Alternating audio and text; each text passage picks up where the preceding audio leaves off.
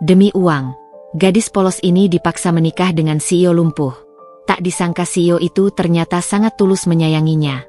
Gadis itu dimanjakan dengan fasilitas di rumah mewah itu. Halo Bunda, selamat datang kembali ya. Semoga Bunda semuanya dalam keadaan sehat dan bahagia ya. Sebelum masuk ke ceritanya silahkan Bunda-Bunda semuanya absen terlebih dahulu ya. Bunda semuanya dari daerah mana saja yang sudah subscribe semoga rezekinya lancar ya. Arin memandang langit Jakarta yang keruh dari jendela kecil kamarnya. Bukan awan mendung yang membuat langit itu muram, melainkan polusi dan jutaan masalah yang melayang di udara, seolah menimpali setiap beban di pundaknya. Usianya baru 21 tahun. Seharusnya ia sibuk dengan tumpukan buku kuliah atau obrolan ringan dengan teman-teman di kafe. Namun, realitasnya jauh berbeda. Tumpukan tagihan dan ancaman penagih utang lebih akrab dengannya daripada tawar yang anak muda sebayanya. Sejak bisnis properti ayahnya, Pak Suryo, ambruk setahun lalu, hidup Arin dan keluarganya berubah drastis. Dulu, mereka adalah keluarga menengah atas yang tak pernah kekurangan. Liburan ke luar negeri, mobil mewah, dan rumah dengan halaman luas adalah bagian dari rutinitas. Tapi kini, semua itu tinggal kenangan. Rumah megah mereka disita bank, mobil dijual, dan mereka terpaksa pindah ke sebuah kontrakan sempit di pinggiran kota. Yang paling parah, utang Pak Suryo melambung tinggi, mencapai angka miliaran rupiah, dan kini menjadi hantu yang terus membayangi. Arin, dengan segala kepolosannya dan hati yang lembut, berusaha menjadi pilar kekuatan bagi keluarganya. Ia tidak kuliah. Jangankan biaya kuliah, untuk makan sehari-hari saja seringkali pas-pasan. Ia bekerja serabutan, dari membantu di toko kelontong tetangga hingga menjadi barista paruh waktu di sebuah kedai kopi kecil. Upahnya tak seberapa, hanya cukup untuk menopang kebutuhan dasar. Bahkan untuk obat-obatan Pak Suryo yang sering kambuh pun, Arin seringkali harus memutar otak. Paling menyakitkan adalah perubahan sikap ibu tirinya, Bu Lastri, dan adik tirinya, Dita. Sejak Pak Suryo jatuh miskin dan sakit-sakitan, Bu Lastri menjadi sangat dingin dan sering mengeluh. Kecantikannya yang dulu ceria kini tergantikan dengan raut wajah masam dan sorot mata penuh tuntutan. Ia tak henti-hentinya menyindir Arin, mengatakan Arin harus mencari pria kaya untuk menikahi dan melunasi semua utang keluarga. Dita, yang masih belasan tahun, juga ikut-ikutan. Ia sering membandingkan hidupnya dengan teman-temannya yang serba ada, dan menyalahkan Arin yang dianggap tidak becus membantu keuangan keluarga. Sampai kapan kita harus hidup begini, Arin? Suara Bu Lastri memecah lamunan Arin. Ibu tirinya berdiri di ambang pintu kamar Arin yang sempit, menatap Arin dengan pandangan menghakimi. Ayahmu sudah tidak bisa diandalkan. Kamu itu gadis, harusnya bisa mencari solusi. Apa gunanya paras cantikmu kalau tidak bisa menolong keluarga? Arin menoleh. Hatinya perih. Ia tahu Bu Lastri hanya frustasi, tapi setiap ucapan itu seperti pisau yang mengiris hatinya. Aku sudah berusaha, Bu, jawab Arin pelan, matanya berkaca-kaca. Aku bekerja setiap hari. Bekerja apa? Gajimu itu hanya cukup untuk makan 2 hari, potong Bu Lastri sinis.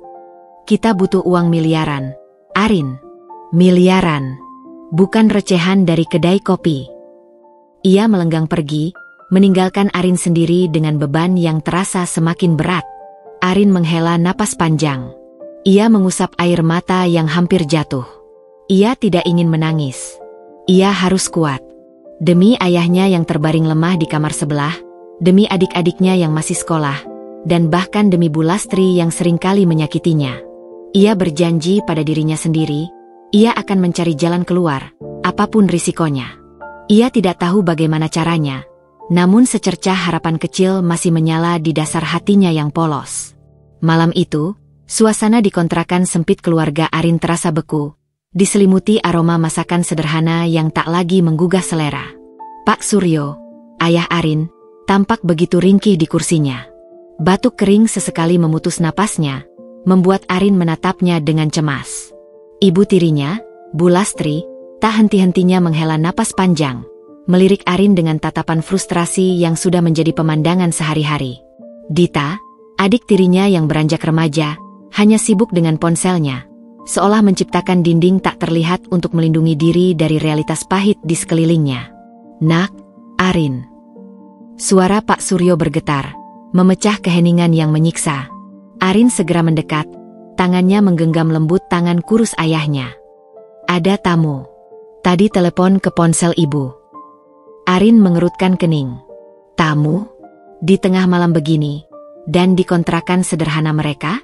Sebuah firasat aneh merayap di dadanya, campuran antara rasa ingin tahu dan kecemasan yang tak jelas. Tak lama kemudian, bel pintu berbunyi, nyaring memecah keheningan malam. Bu Lastri beranjak dengan malas, sedikit merapikan daster lusuhnya sebelum melangkah menuju pintu. Arin mengikutinya, jantungnya berdebar tak karuan. Ketika pintu terbuka, dua sosok berdiri di ambang pintu, memancarkan aura yang sangat berbeda dari lingkungan sekitar. Seorang pria parubaya, rapi dalam setelan jas berwarna gelap yang mahal, berdiri tegap dengan sorot mata tajam namun terkesan tenang. Di sampingnya, seorang wanita anggun berbalut kebaya modern berwarna lembut tersenyum tipis, memancarkan keanggunan yang tak lekang oleh waktu. Arin merasa seketika minder melihat kontras yang mencolok antara penampilan mereka dan kesederhanaan rumahnya. "Selamat malam, Bu Lastri, Pak Suryo," sapa pria berjas itu dengan suara berwibawa. "Kami dari perwakilan keluarga Bramantio." Bu Lastri, yang biasanya sinis dan mudah mengeluh, mendadak berubah menjadi sangat sopan, bahkan sedikit gugup. "Oh, silakan masuk, silakan. Ada perlu apa ya?" Ia menggeser tubuhnya, mempersilakan kedua tamu itu masuk ke ruang tamu sempit yang hanya diisi satu set sofa usang dan meja kecil. Pria itu memperkenalkan diri sebagai Pak Danu, penasihat hukum senior keluarga Bramantio, sementara wanita anggun di sampingnya adalah Bu Widya, bibi dari pihak Ibu Tuan Bramantio. Mereka duduk di sofa, sementara Arin dan keluarganya duduk di kursi tambahan yang ditarik dari dapur. "Kedatangan kami kemari adalah untuk menyampaikan sebuah tawaran penting," Pak Danu memulai, suaranya tenang namun setiap katanya terasa begitu berbobot, seolah membawa beban tak kasat mata. "Kami sudah mengamati situasi keuangan keluarga Bapak dan Ibu, terutama terkait lilitan utang yang cukup besar pada beberapa kreditor." Jantung Arin berdebar kencang. Ia menatap Pak Danu tak percaya. Bagaimana bisa mereka tahu sedalam itu? Keluarga Bramantio? Nama itu asing di telinganya, namun entah mengapa terasa berat. "Kami mewakili Tuan Bramantio, putra tunggal dari mendiang Bapak Harso Bramantio, pendiri Bramantio Group," lanjut Pak Danu, tatapannya beralih ke Arin. "Seperti yang mungkin sudah Bapak dan Ibu ketahui dari berita, Tuan Bramantio mengalami kecelakaan tragis beberapa waktu lalu, dan saat ini beliau lumpuh total. Kondisinya membutuhkan perawatan intensif dan pendampingan penuh. Beliau membutuhkan seorang pendamping hidup, seseorang yang bisa merawatnya dan mendampinginya dalam menjalani sisa hidupnya." Mata Bu Lastri berbinar. Sorot matanya yang biasanya sendu kini memancarkan kilau ambisi yang samar. Sementara itu, Arin merasa firasat buruk semakin merayap di dadanya, mencengkeram erat. Oleh karena itu, Pak Danu melanjutkan, suaranya kini lebih tegas, menatap lurus ke arah Arin yang duduk mematung di samping ayahnya. "Keluarga Bramantio menawarkan Arin untuk menikah dengan Tuan Bramantio. Sebagai imbalannya, semua utang keluarga Bapak Suryo, yang berjumlah sekitar 2 miliar rupiah, akan kami lunasi secara penuh. Selain itu, kami juga akan memberikan tunjangan bulanan yang sangat besar untuk keluarga ini, serta jaminan kehidupan yang layak." Seketika, ruangan itu terasa membeku. Udara di sekitarnya menipis. Kata-kata, menikah, dan 2 miliar rupiah, bergaung di telinga Arin, bercampur dengan gambaran pria lumpuh yang bahkan tak ia kenal. Ini seperti mimpi buruk yang menjadi kenyataan. Sebuah skenario yang bahkan dalam imajinasi terliarnya pun tak pernah terlintas. Pak Suryo terlihat syok. Namun di matanya yang sayu, Arin bisa menangkap secercah harapan yang begitu rapuh. Harapan untuk bebas dari lilitan utang, harapan untuk bisa berobat tanpa beban. Bu Lastri, di sisi lain, tak mampu menyembunyikan kegembiraannya. Senyum lebar langsung merekah di bibirnya. Ia bahkan hampir saja melompat dari kursinya saking leganya.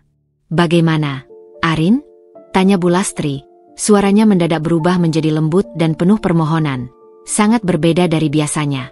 Ia menatap Arin dengan sorot mata yang memaksa, seolah seluruh masa depan, keselamatan, dan kehormatan keluarga kini berada di pundak Arin seorang. Ini kesempatan emas. Kita bisa bebas dari semua utang. Ayahmu bisa berobat. Dita bisa sekolah lagi dengan layak. Arin merasakan semua pandangan tertuju padanya. Pandangan penuh harap dan keputusasaan dari ayahnya, pandangan menuntut yang mengintimidasi dari ibu tirinya, dan pandangan netral namun menunggu dari perwakilan keluarga Bramantio.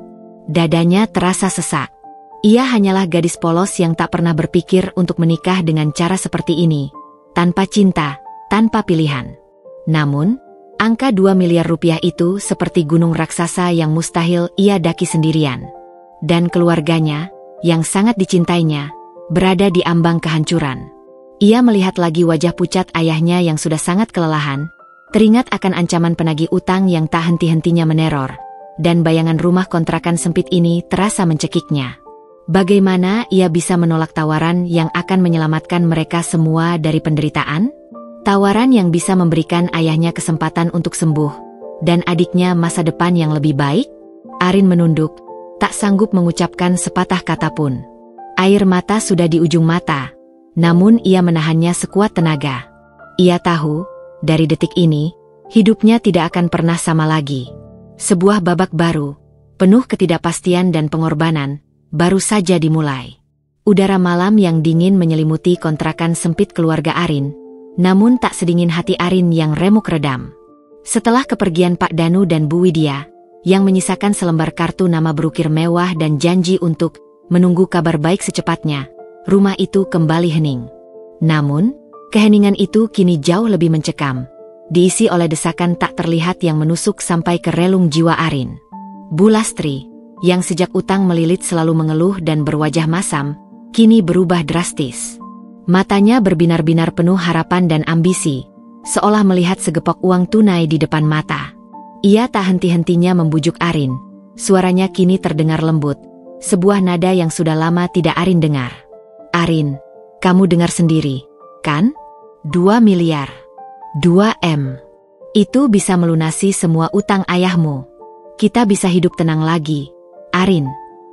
Ia memegang tangan Arin erat-erat, genggamannya terasa lebih seperti tekanan tak kasat mata, sebuah beban yang dipindahkan ke pundak Arin. Pikirkan ayahmu, Arin. Beliau butuh pengobatan yang layak, kita tidak punya uang lagi. Ini satu-satunya jalan keluar untuk kita semua. Pak Suryo, yang selama ini hanya bisa terbaring lemah atau duduk diam, akhirnya angkat bicara, suaranya parau dan bergetar. Nak, ayah tahu ini berat sekali untukmu. Tapi, kalau ini memang jalan satu-satunya untuk keluarga kita bisa bernapas lagi. Ia tidak melanjutkan kalimatnya, namun tatapan putus asa di matanya sudah cukup menjelaskan segalanya. Arin tahu, ayahnya, pria yang selalu ia banggakan karena integritasnya, kini hanya ingin melihat keluarganya bebas dari penderitaan yang membelenggu.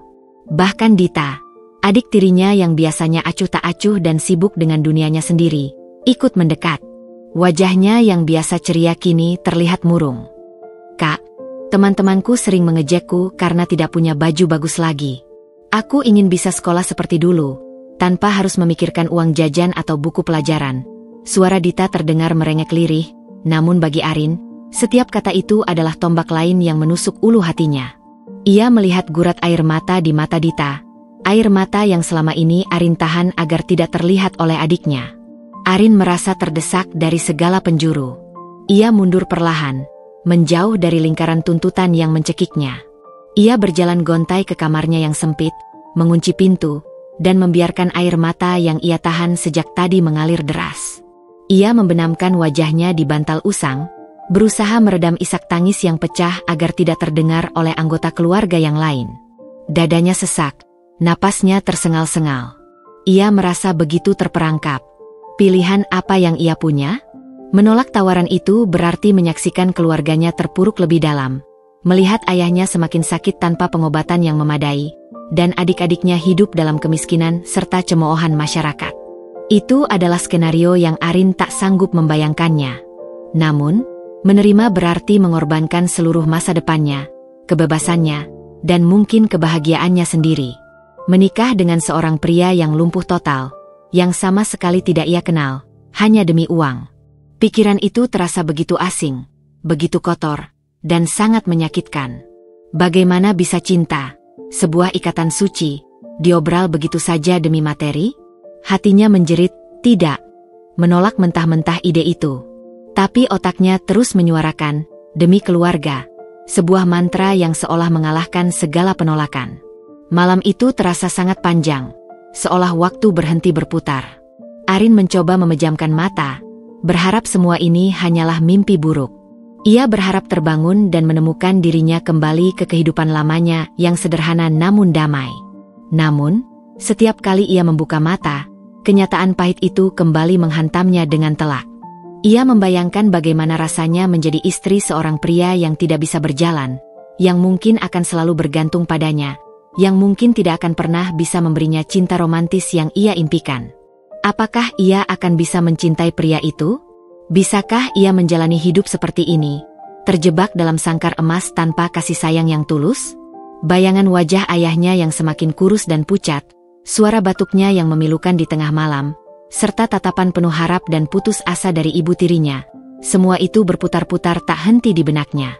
Harga diri dan impiannya yang selama ini ia genggam erat terasa tidak penting lagi dibandingkan keselamatan keluarganya.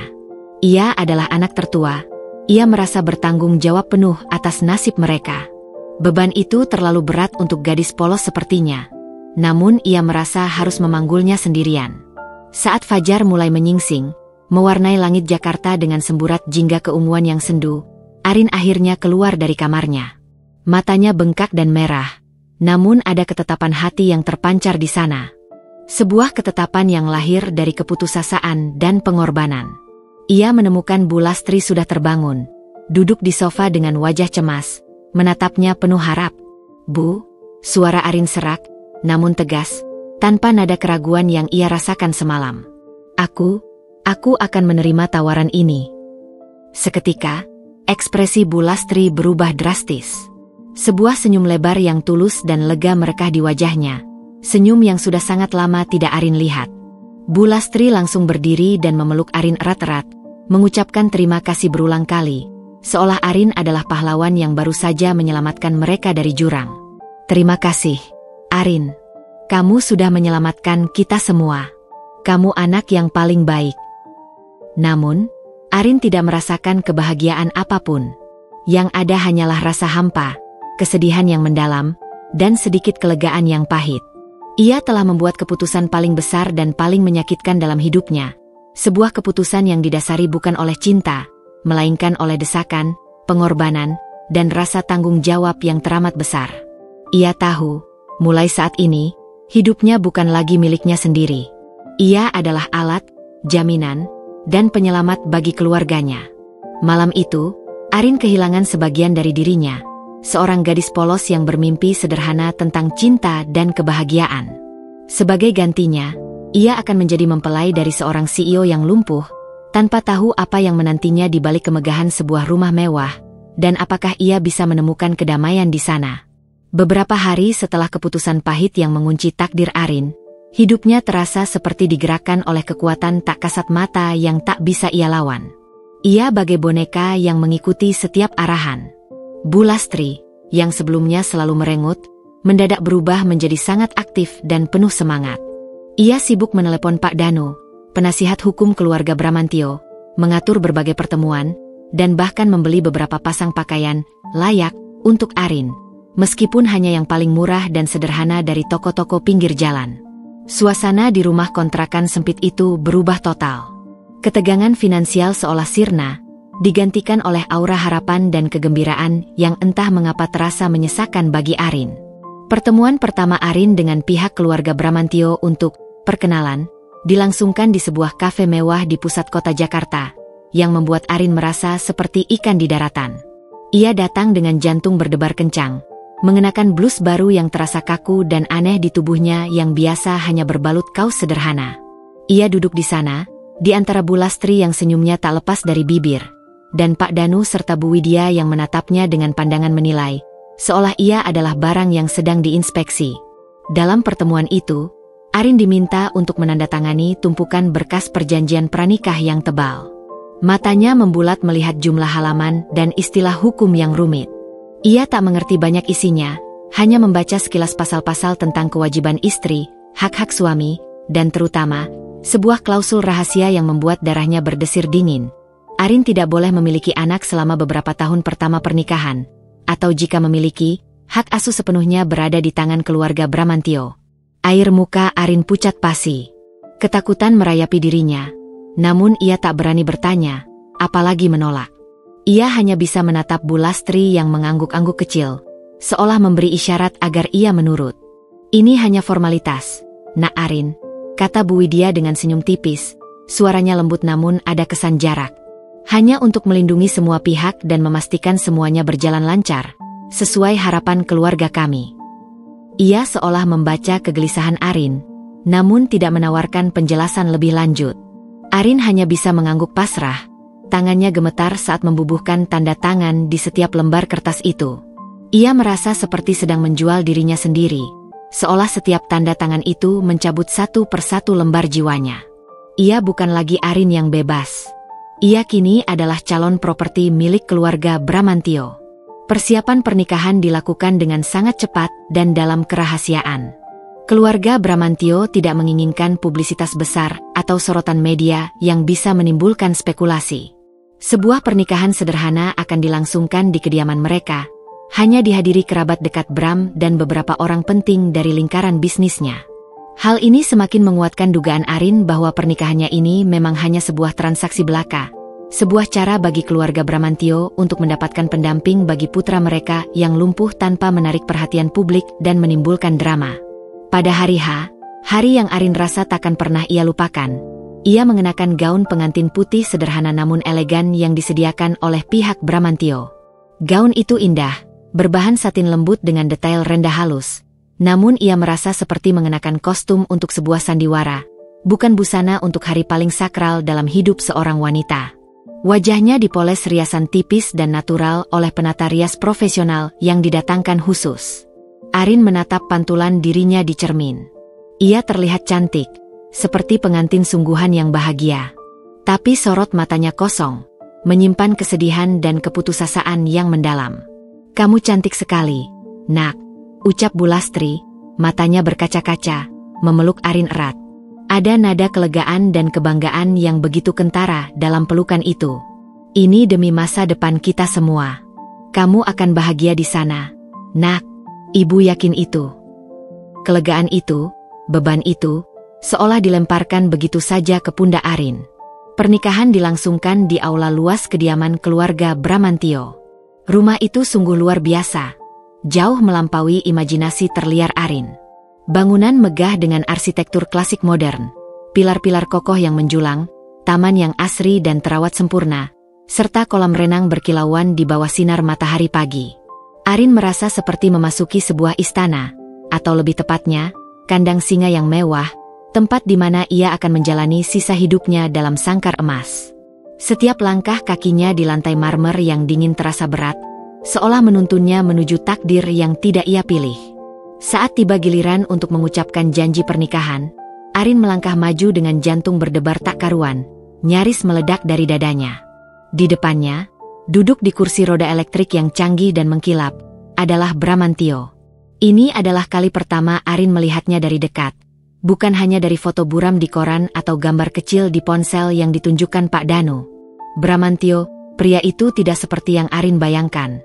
Ia memang duduk di kursi roda, tubuh bagian bawahnya tertutup selimut tipis berwarna gelap, namun wajahnya tampan, dengan rahang tegas, hidung mancung, dan mata yang tajam namun terlihat lelah.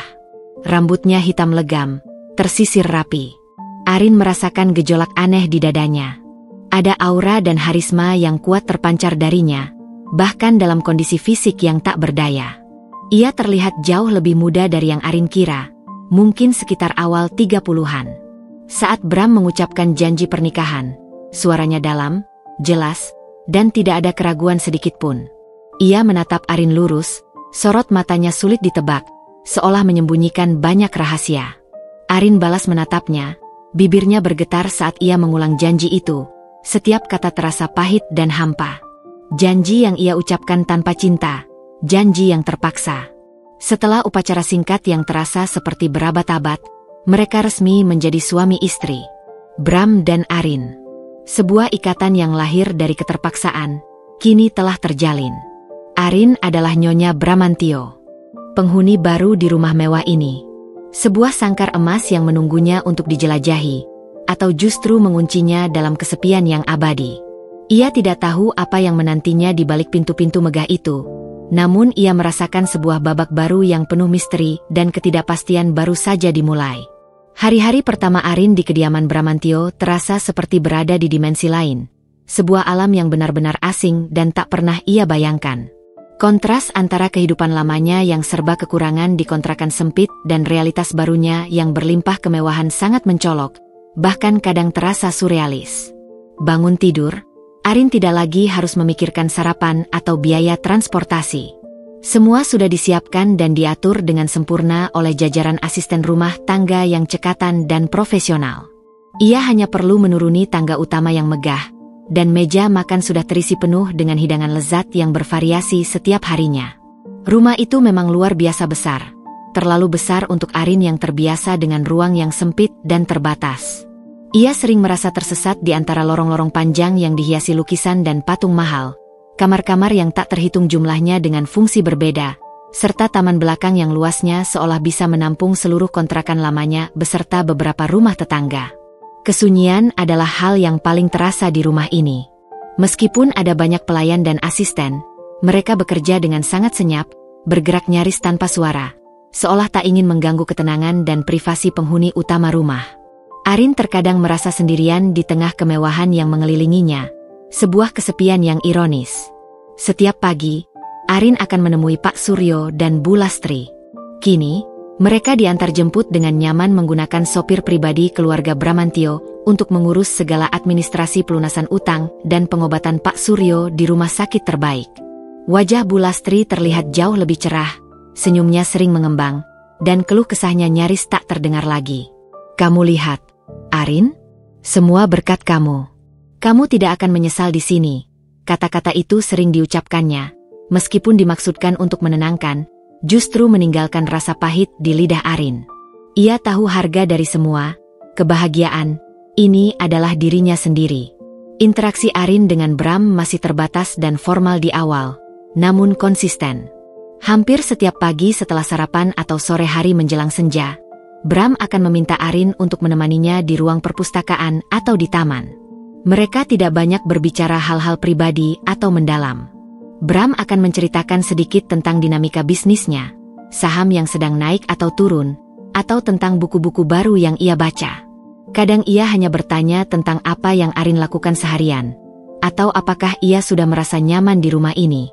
Arin sendiri lebih banyak menjadi pendengar yang baik, sesekali bertanya singkat, berusaha menunjukkan ketertarikannya, meskipun dalam hati ia masih menjaga jarak emosional yang tak kasat mata. Arin mengamati bagaimana Bram menjalani hidupnya. Ia sangat mandiri meskipun lumpuh. Ia mengoperasikan kursi rodanya dengan cekatan, memiliki perangkat pintar canggih yang membantunya mengontrol banyak hal di rumah, dan memiliki asisten pribadi yang sangat loyal dan efisien bernama Rio, yang selalu siap sedia 24 jam. Arin mengagumi semangat Bram, dedikasinya pada pekerjaan, dan kemampuannya tetap memimpin sebuah perusahaan besar bahkan dalam kondisi fisiknya yang terbatas. Namun, di balik kekaguman itu, Arin juga merasakan sedikit rasa kasihan dan empati. Suatu sore, ketika Arin sedang asyik membaca novel di salah satu sofa empuk di perpustakaan, ia mendengar suara tawa riang dan cipratan air dari arah kolam renang yang letaknya agak tersembunyi. Arin yang penasaran dan sedikit bosan melangkah mendekat, mengintip dari balik tanaman hias besar. Ia melihat Bram sedang berinteraksi dengan seorang gadis remaja yang energik, rambutnya dikepang dua, dan wajahnya sangat mirip dengan Bram. Gadis itu melemparkan bola air ke arah Bram, dan Bram membalasnya dengan senyum lebar dan tawa yang Arin jarang dengar. "Itu Nona Kayla, adik bungsu Tuan Bram," bisik Mbak Siti yang tiba-tiba muncul di belakang Arin, melihat arah pandangan Arin. Mbak Siti selalu muncul entah dari mana. Dia sering datang kemari sepulang sekolah. Sangat dekat dengan Tuan Bram, Nyonya. Arin mengangguk. sebuah informasi baru yang cukup menarik. Jadi, Bram punya adik perempuan.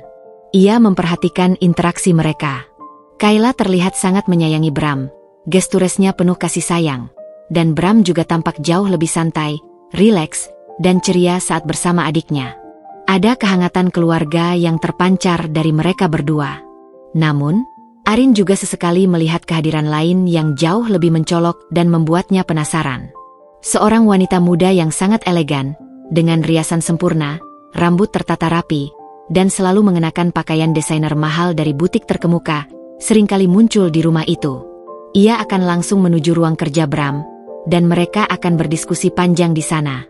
Terkadang Arin mendengar nada suara wanita itu yang sedikit tinggi, atau bahkan sedikit memerintah, seolah menunjukkan dominasi atau ketidakpuasan terhadap suatu hal. "Siapa dia, Mbak Siti?" tanya Arin suatu kali, saat wanita itu baru saja keluar dari ruang kerja Bram dengan wajah sedikit masam, berjalan cepat melewati Arin tanpa menoleh.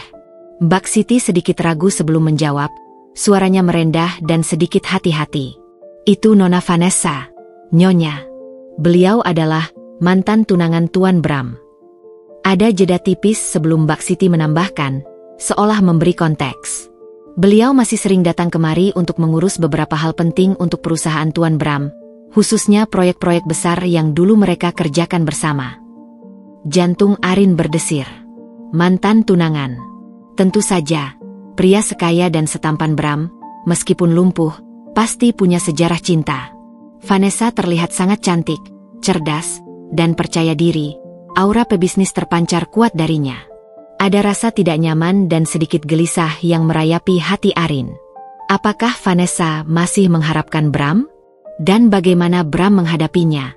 Mengingat mereka masih bekerja sama? Arin merasa seperti orang asing yang baru saja masuk ke dalam sebuah buku cerita yang sudah memiliki alur dan karakter-karakter kuatnya sendiri.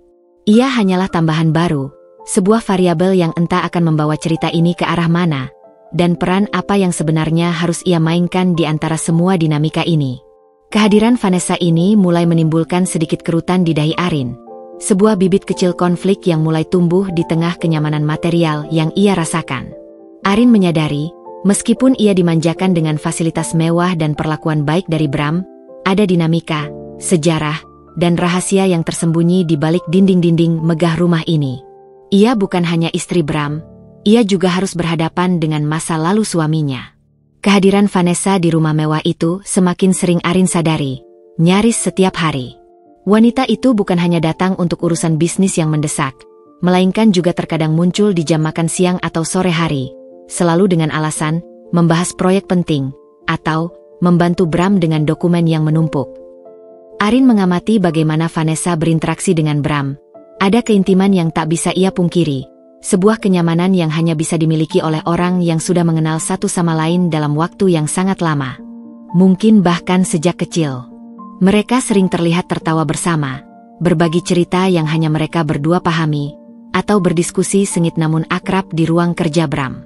Terkadang, Vanessa bahkan membantu Bram merapikan berkas-berkas di mejanya, atau membawakan Bram teh hangat. Arin merasa seperti penyusup di antara mereka, seorang pengamat yang tak diundang, seolah ia adalah pemeran figuran dalam kisah yang sudah terukir.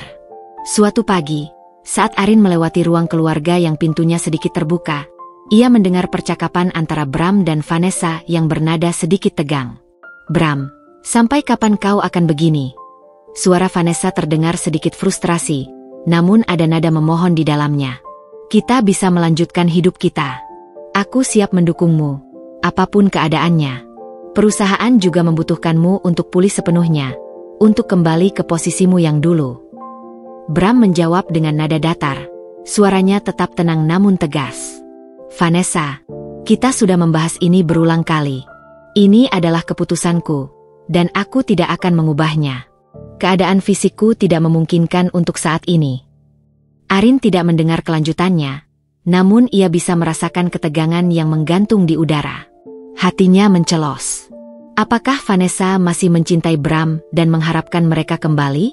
Dan apakah Bram juga masih memiliki perasaan padanya, meskipun ia mengatakan itu adalah keputusannya? Pikiran-pikiran itu berkelebat di benak Arin. Perasaan yang belum pernah Arin rasakan sebelumnya mulai tumbuh di dadanya. Kecemburuan. Itu adalah perasaan asing dan membingungkan. Sebuah duri tajam yang menusuk perlahan. Bagaimana bisa ia cemburu pada pria yang ia nikahi karena keterpaksaan? Pria yang seharusnya tidak memiliki tempat khusus di hatinya. Hanya sebuah transaksi untuk menyelamatkan keluarganya? Arin merasa aneh dengan dirinya sendiri, bahkan sedikit membenci perasaan itu. Ia mencoba menepis perasaan itu, meyakinkan diri bahwa ini hanya keheranan belaka terhadap dinamika di rumah besar ini. Rasa ingin tahu tentang masa lalu suaminya. Namun, setiap kali melihat Vanessa tersenyum manis pada Bram, atau mendengar tawa renyah mereka yang seolah mengabaikan keberadaannya, perasaan itu kembali menusuk, lebih dalam dari sebelumnya. Bukan hanya Vanessa yang menjadi perhatian Arin dan sumber kegelisahannya. Nona Marta, ibu Bram, juga mulai menunjukkan sikapnya yang konsisten. Ia adalah seorang wanita parubaya yang anggun namun kaku, jarang tersenyum tulus, dan sorot matanya selalu dipenuhi keprihatinan yang mendalam terhadap kondisi putranya. Marta tidak pernah menunjukkan ketidaksetujuan secara terang-terangan terhadap pernikahan Bram dan Arin di depan Arin. Namun sikapnya dingin dan berjarak, seolah ada dinding tak terlihat di antara mereka. Marta selalu memperhatikan Arin dengan seksama, dari cara ia berjalan hingga cara ia makan, seolah mencari-cari celah atau kesalahan. Ia jarang berbicara langsung pada Arin, lebih sering berkomunikasi melalui Mbak Siti atau asisten lain. Nyonya Marta sangat protektif terhadap Tuan Bram. Nyonya Arin, bisik Mbak Siti suatu kali kepada Arin, seolah membaca pikiran Arin yang penuh pertanyaan. Terutama setelah kecelakaan itu. Beliau menyayangi Tuan Bram melebihi apapun. Tuan Bram adalah segalanya bagi beliau. Arin mengangguk mengerti. Ia bisa merasakan cinta seorang ibu yang begitu besar, namun juga merasakan beban dari ekspektasi dan pengawasan yang tak terucapkan. Marta seolah ingin memastikan Arin adalah istri yang tepat bagi putranya, bukan hanya di mata publik, tapi juga dalam hal perawatan Bram yang tak boleh kurang sedikit pun. Arin mulai merasa tertekan, seolah ia selalu berada di bawah mikroskop pengawasan. Suatu siang, Marta datang ke kamar Arin tanpa memberitahu. Ini adalah kali pertama ia masuk tanpa diminta, sebuah pelanggaran privasi yang membuat Arin terkejut. Arin, panggil Marta. Suaranya pelan namun tegas, menusuk ke dalam hati Arin. Bram butuh banyak istirahat. Dia juga harus minum obat tepat waktu, tidak boleh telat sedikit pun. Kau harus lebih perhatian. Pastikan dia tidak terlalu lelah dengan pekerjaan, dan jangan biarkan dia terlalu banyak bekerja di ruang perpustakaan sendirian. Nada bicaranya terdengar seperti sebuah perintah, bukan permintaan. Arin tergagap, terkejut dengan intervensi langsung ini. Saya selalu memastikan Bram minum obat tepat waktu, Bu. Dan saya juga selalu mengingatkannya untuk istirahat jika saya melihatnya terlalu lelah. Marta hanya mengangguk tipis. Ekspresinya tidak berubah, bibirnya tetap lurus. Baiklah, pastikan itu. Bram adalah putraku satu-satunya, Arin. Kesehatannya yang utama dan prioritas utama di rumah ini. Ia pun pergi, meninggalkan Arin dengan perasaan campur aduk antara kesal, sedih, dan sedikit takut. Di satu sisi, Arin mulai merasa tersentuh dengan ketulusan dan kebaikan Bram. Pria itu selalu bersikap baik padanya, tidak pernah menuntut yang aneh-aneh, bahkan berusaha membuat Arin nyaman di rumah baru ini. Ia bahkan sesekali melihat Bram menatapnya dengan tatapan yang sulit diartikan, sebuah pandangan yang membuat jantung Arin berdesir dan menimbulkan pertanyaan-pertanyaan baru di benaknya. Namun, di sisi lain, bayangan masa lalu Bram yang diwakili oleh kehadiran konstan Vanessa, serta ekspektasi dan pengawasan ketat dari Marta, membuat Arin merasa semakin terbebani dan terperangkap. Ia adalah istri Bram secara status, namun ia merasa belum menjadi bagian sejati dari keluarga ini. Ia hanyalah sebuah solusi, sebuah kesepakatan bisnis yang berjalan. Dan perasaan aneh bernama kecemburuan itu, yang seharusnya tidak ada karena pernikahan ini tanpa dasar cinta, justru semakin tumbuh subur di hatinya, membuat Arin bertanya-tanya, apa sebenarnya yang ia rasakan terhadap Bram? Dan apakah ia bisa bertahan di tengah semua dinamika kompleks ini? Meskipun Arin seringkali merasa canggung dan terbebani oleh bayangan masa lalu Bram yang terus menghantuinya, serta pengawasan ketat dari Nona Marta, ada momen-momen kecil yang perlahan namun pasti mulai mengikis dinding pertahanan di hatinya. Bram, dengan segala keterbatasannya, memiliki cara tersendiri untuk menunjukkan perhatiannya. Sebuah kebaikan yang lembut dan tulus, bukan paksaan atau basa-basi belaka. Suatu malam, Arin tidak bisa tidur. Pikirannya kalut, rasa gelisah dan kesepian terasa begitu nyata di kamar mewahnya yang begitu luas. Ia akhirnya memutuskan untuk berjalan-jalan di sekitar rumah, mencoba menenangkan pikirannya yang kalut. Langkah kakinya membawanya ke arah ruang perpustakaan, di mana ia melihat cahaya lampu masih menyala terang dari celah pintu yang sedikit terbuka. Mengintip ke dalam, ia melihat Bram sedang serius menatap layar laptopnya, ditemani tumpukan dokumen dan beberapa buku tebal di meja kerjanya. Pria itu tampak begitu fokus, seolah dunia luar tidak ada. Arin ragu sejenak, namun ia memberanikan diri untuk masuk. "Bram, kau belum tidur?" tanyanya pelan. Suaranya sedikit bergetar di tengah kesunyian. Bram menoleh, sedikit terkejut dengan kehadiran Arin. Sebuah senyum tipis terukir di bibirnya. "Ah, Arin. Ya, aku sedang menyelesaikan beberapa laporan penting." "Kau juga belum tidur?" tanyanya balik, nada suaranya lembut. Arin menggelengkan kepala. "Tidak bisa tidur. Aku hanya ingin mencari udara segar," jawabnya jujur. Ia mendekat, memperhatikan tumpukan dokumen di meja Bram. Bram menatapnya dengan tatapan lembut, yang membuat Arin merasa sedikit hangat. "Sini, duduklah. Jangan berdiri terus." Ia menunjuk sofa kulit empuk di dekatnya. "Jika kau tidak bisa tidur, mungkin kita bisa mengobrol sebentar, sampai kau merasa mengantuk." Arin duduk di sofa, sedikit canggung pada awalnya.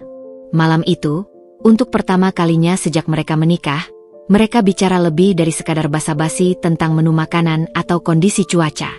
Bram mulai bercerita tentang kecelakaan yang membuatnya lumpuh, tentang rasa sakit fisik dan frustrasi yang mendalam karena tak bisa lagi bergerak bebas, namun juga tentang tekadnya yang kuat untuk tidak menyerah pada nasib. Arin mendengarkan dengan saksama, hatinya terenyuh. Ia melihat sisi lain dari Bram, sisi yang rentan dan manusiawi, namun juga penuh kekuatan dan ketabahan. Arin sendiri, tanpa sadar, mulai bercerita tentang masa kecilnya yang sederhana, impiannya yang sempat ia lupakan demi menyelamatkan keluarganya, dan betapa ia menyayangi keluarganya, bahkan ibu tiri dan adik tirinya. Bram mendengarkan dengan penuh perhatian, tidak ada penghakiman sedikit pun di matanya. Ia hanya sesekali mengangguk atau memberikan senyuman pengertian. "Kau gadis yang kuat, Arin," ujarnya tulus, pandangannya tulus dan dalam. "Tidak semua orang bisa berkorban sebesar itu demi keluarganya. Apa yang kau lakukan itu luar biasa." Kata-kata Bram yang sederhana itu membuat Arin merasakan kehangatan yang asing namun menenangkan. Sudah lama sekali tidak ada yang memberinya validasi dan penghargaan seperti itu, yang melihat pengorbanannya bukan sebagai kelemahan, melainkan kekuatan. Di lain waktu, saat Arin terserang flu ringan, Bram langsung menyadarinya. Ia memanggil dokter pribadi keluarga Bramantio untuk memeriksa Arin, memastikan Arin mendapatkan penanganan terbaik. Bahkan, ia secara khusus meminta Mbak Siti untuk menyiapkan bubur hangat serta obat-obatan yang dibutuhkan Arin, dan ia sendiri yang mengirimkan Rio, asisten pribadinya, untuk membelikan beberapa buku novel roman yang Arin sebutkan pernah ingin ia baca dulu, namun tak punya cukup uang untuk membelinya. "Kau harus sembuh total," Bram berkata saat Arin masih terbaring lemah di kamarnya, suaranya terdengar sedikit khawatir. "Aku tidak suka melihatmu sakit." Perhatian kecil itu, meskipun Bram bisa saja meminta pelayan melakukan semua itu tanpa perlu campur tangan langsung, terasa begitu berarti bagi Arin. Itu menunjukkan kepedulian yang tulus, bukan sekadar basa-basi. Arin juga mulai menyadari bagaimana Bram selalu menghargai pilihan dan keinginannya. Ketika ia mengungkapkan keinginan untuk mempelajari cara memasak hidangan favorit Bram senang dan memintanya belajar langsung dari koki pribadi rumah. Ketika Arin ingin menghias sudut kecil taman dengan bunga-bunga sederhana kesukaannya, seperti melati dan mawar kampung, Bram tidak hanya mengizinkan, tetapi bahkan meminta Rio untuk membantu Arin mendapatkan benih atau bibit terbaik, memastikan semua kebutuhan Arin terpenuhi. Momen-momen kecil ini, perhatian Bram yang tulus dan tidak terduga, serta cara Bram menghargainya sebagai individu dan bukan hanya sebagai istri kontrak, perlahan mulai meruntuhkan dinding pertahanan yang Arin bangun di sekeliling hatinya. Ia mulai melihat Bram bukan lagi sebagai CEO lumpuh yang terpaksa ia nikahi, bukan pula sebagai sosok yang mengintimidasinya, melainkan sebagai seorang pria yang baik, perhatian, dan sangat tulus. Ia mulai merasa nyaman berada di dekat Bram, bahkan merasakan sebuah koneksi yang samar namun nyata.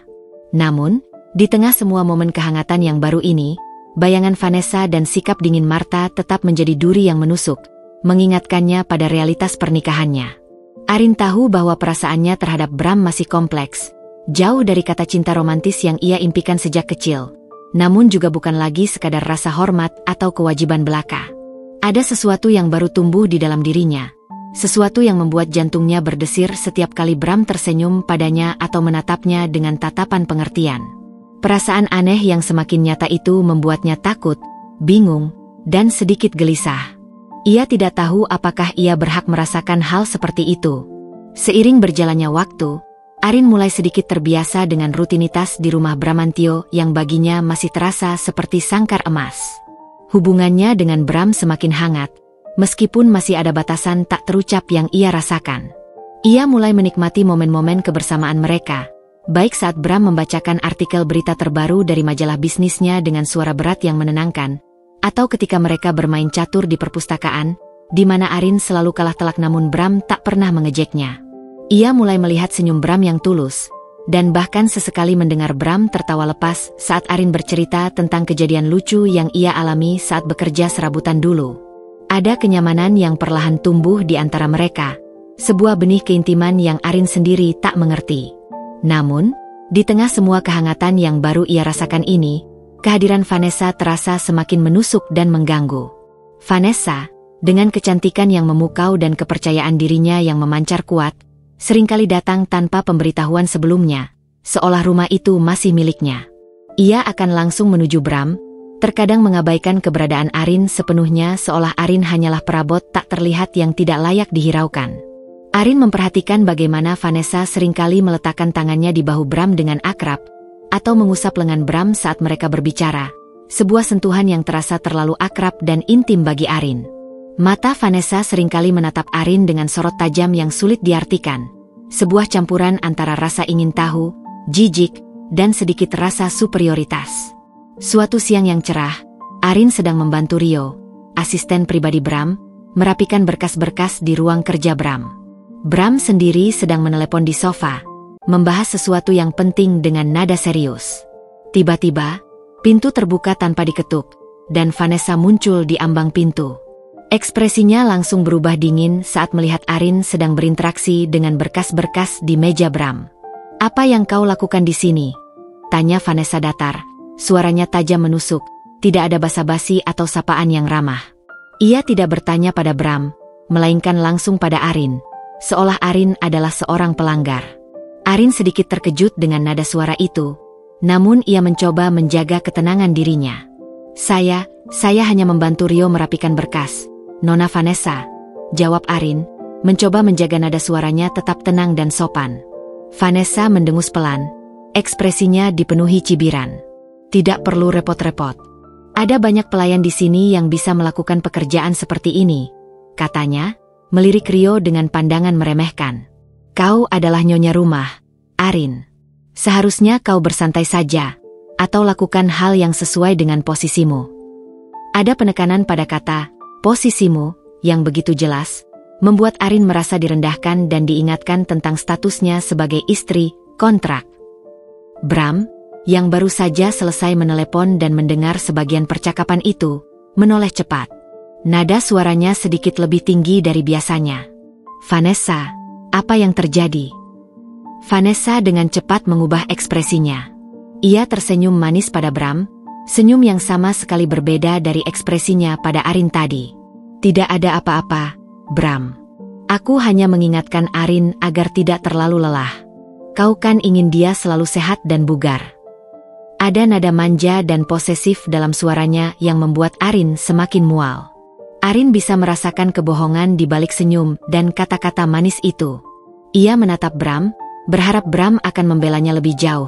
Namun Bram hanya menghela napas, seolah sudah terbiasa dengan drama semacam ini. Kejadian lain yang lebih mengganggu terjadi saat makan malam keluarga yang jarang sekali mereka lakukan.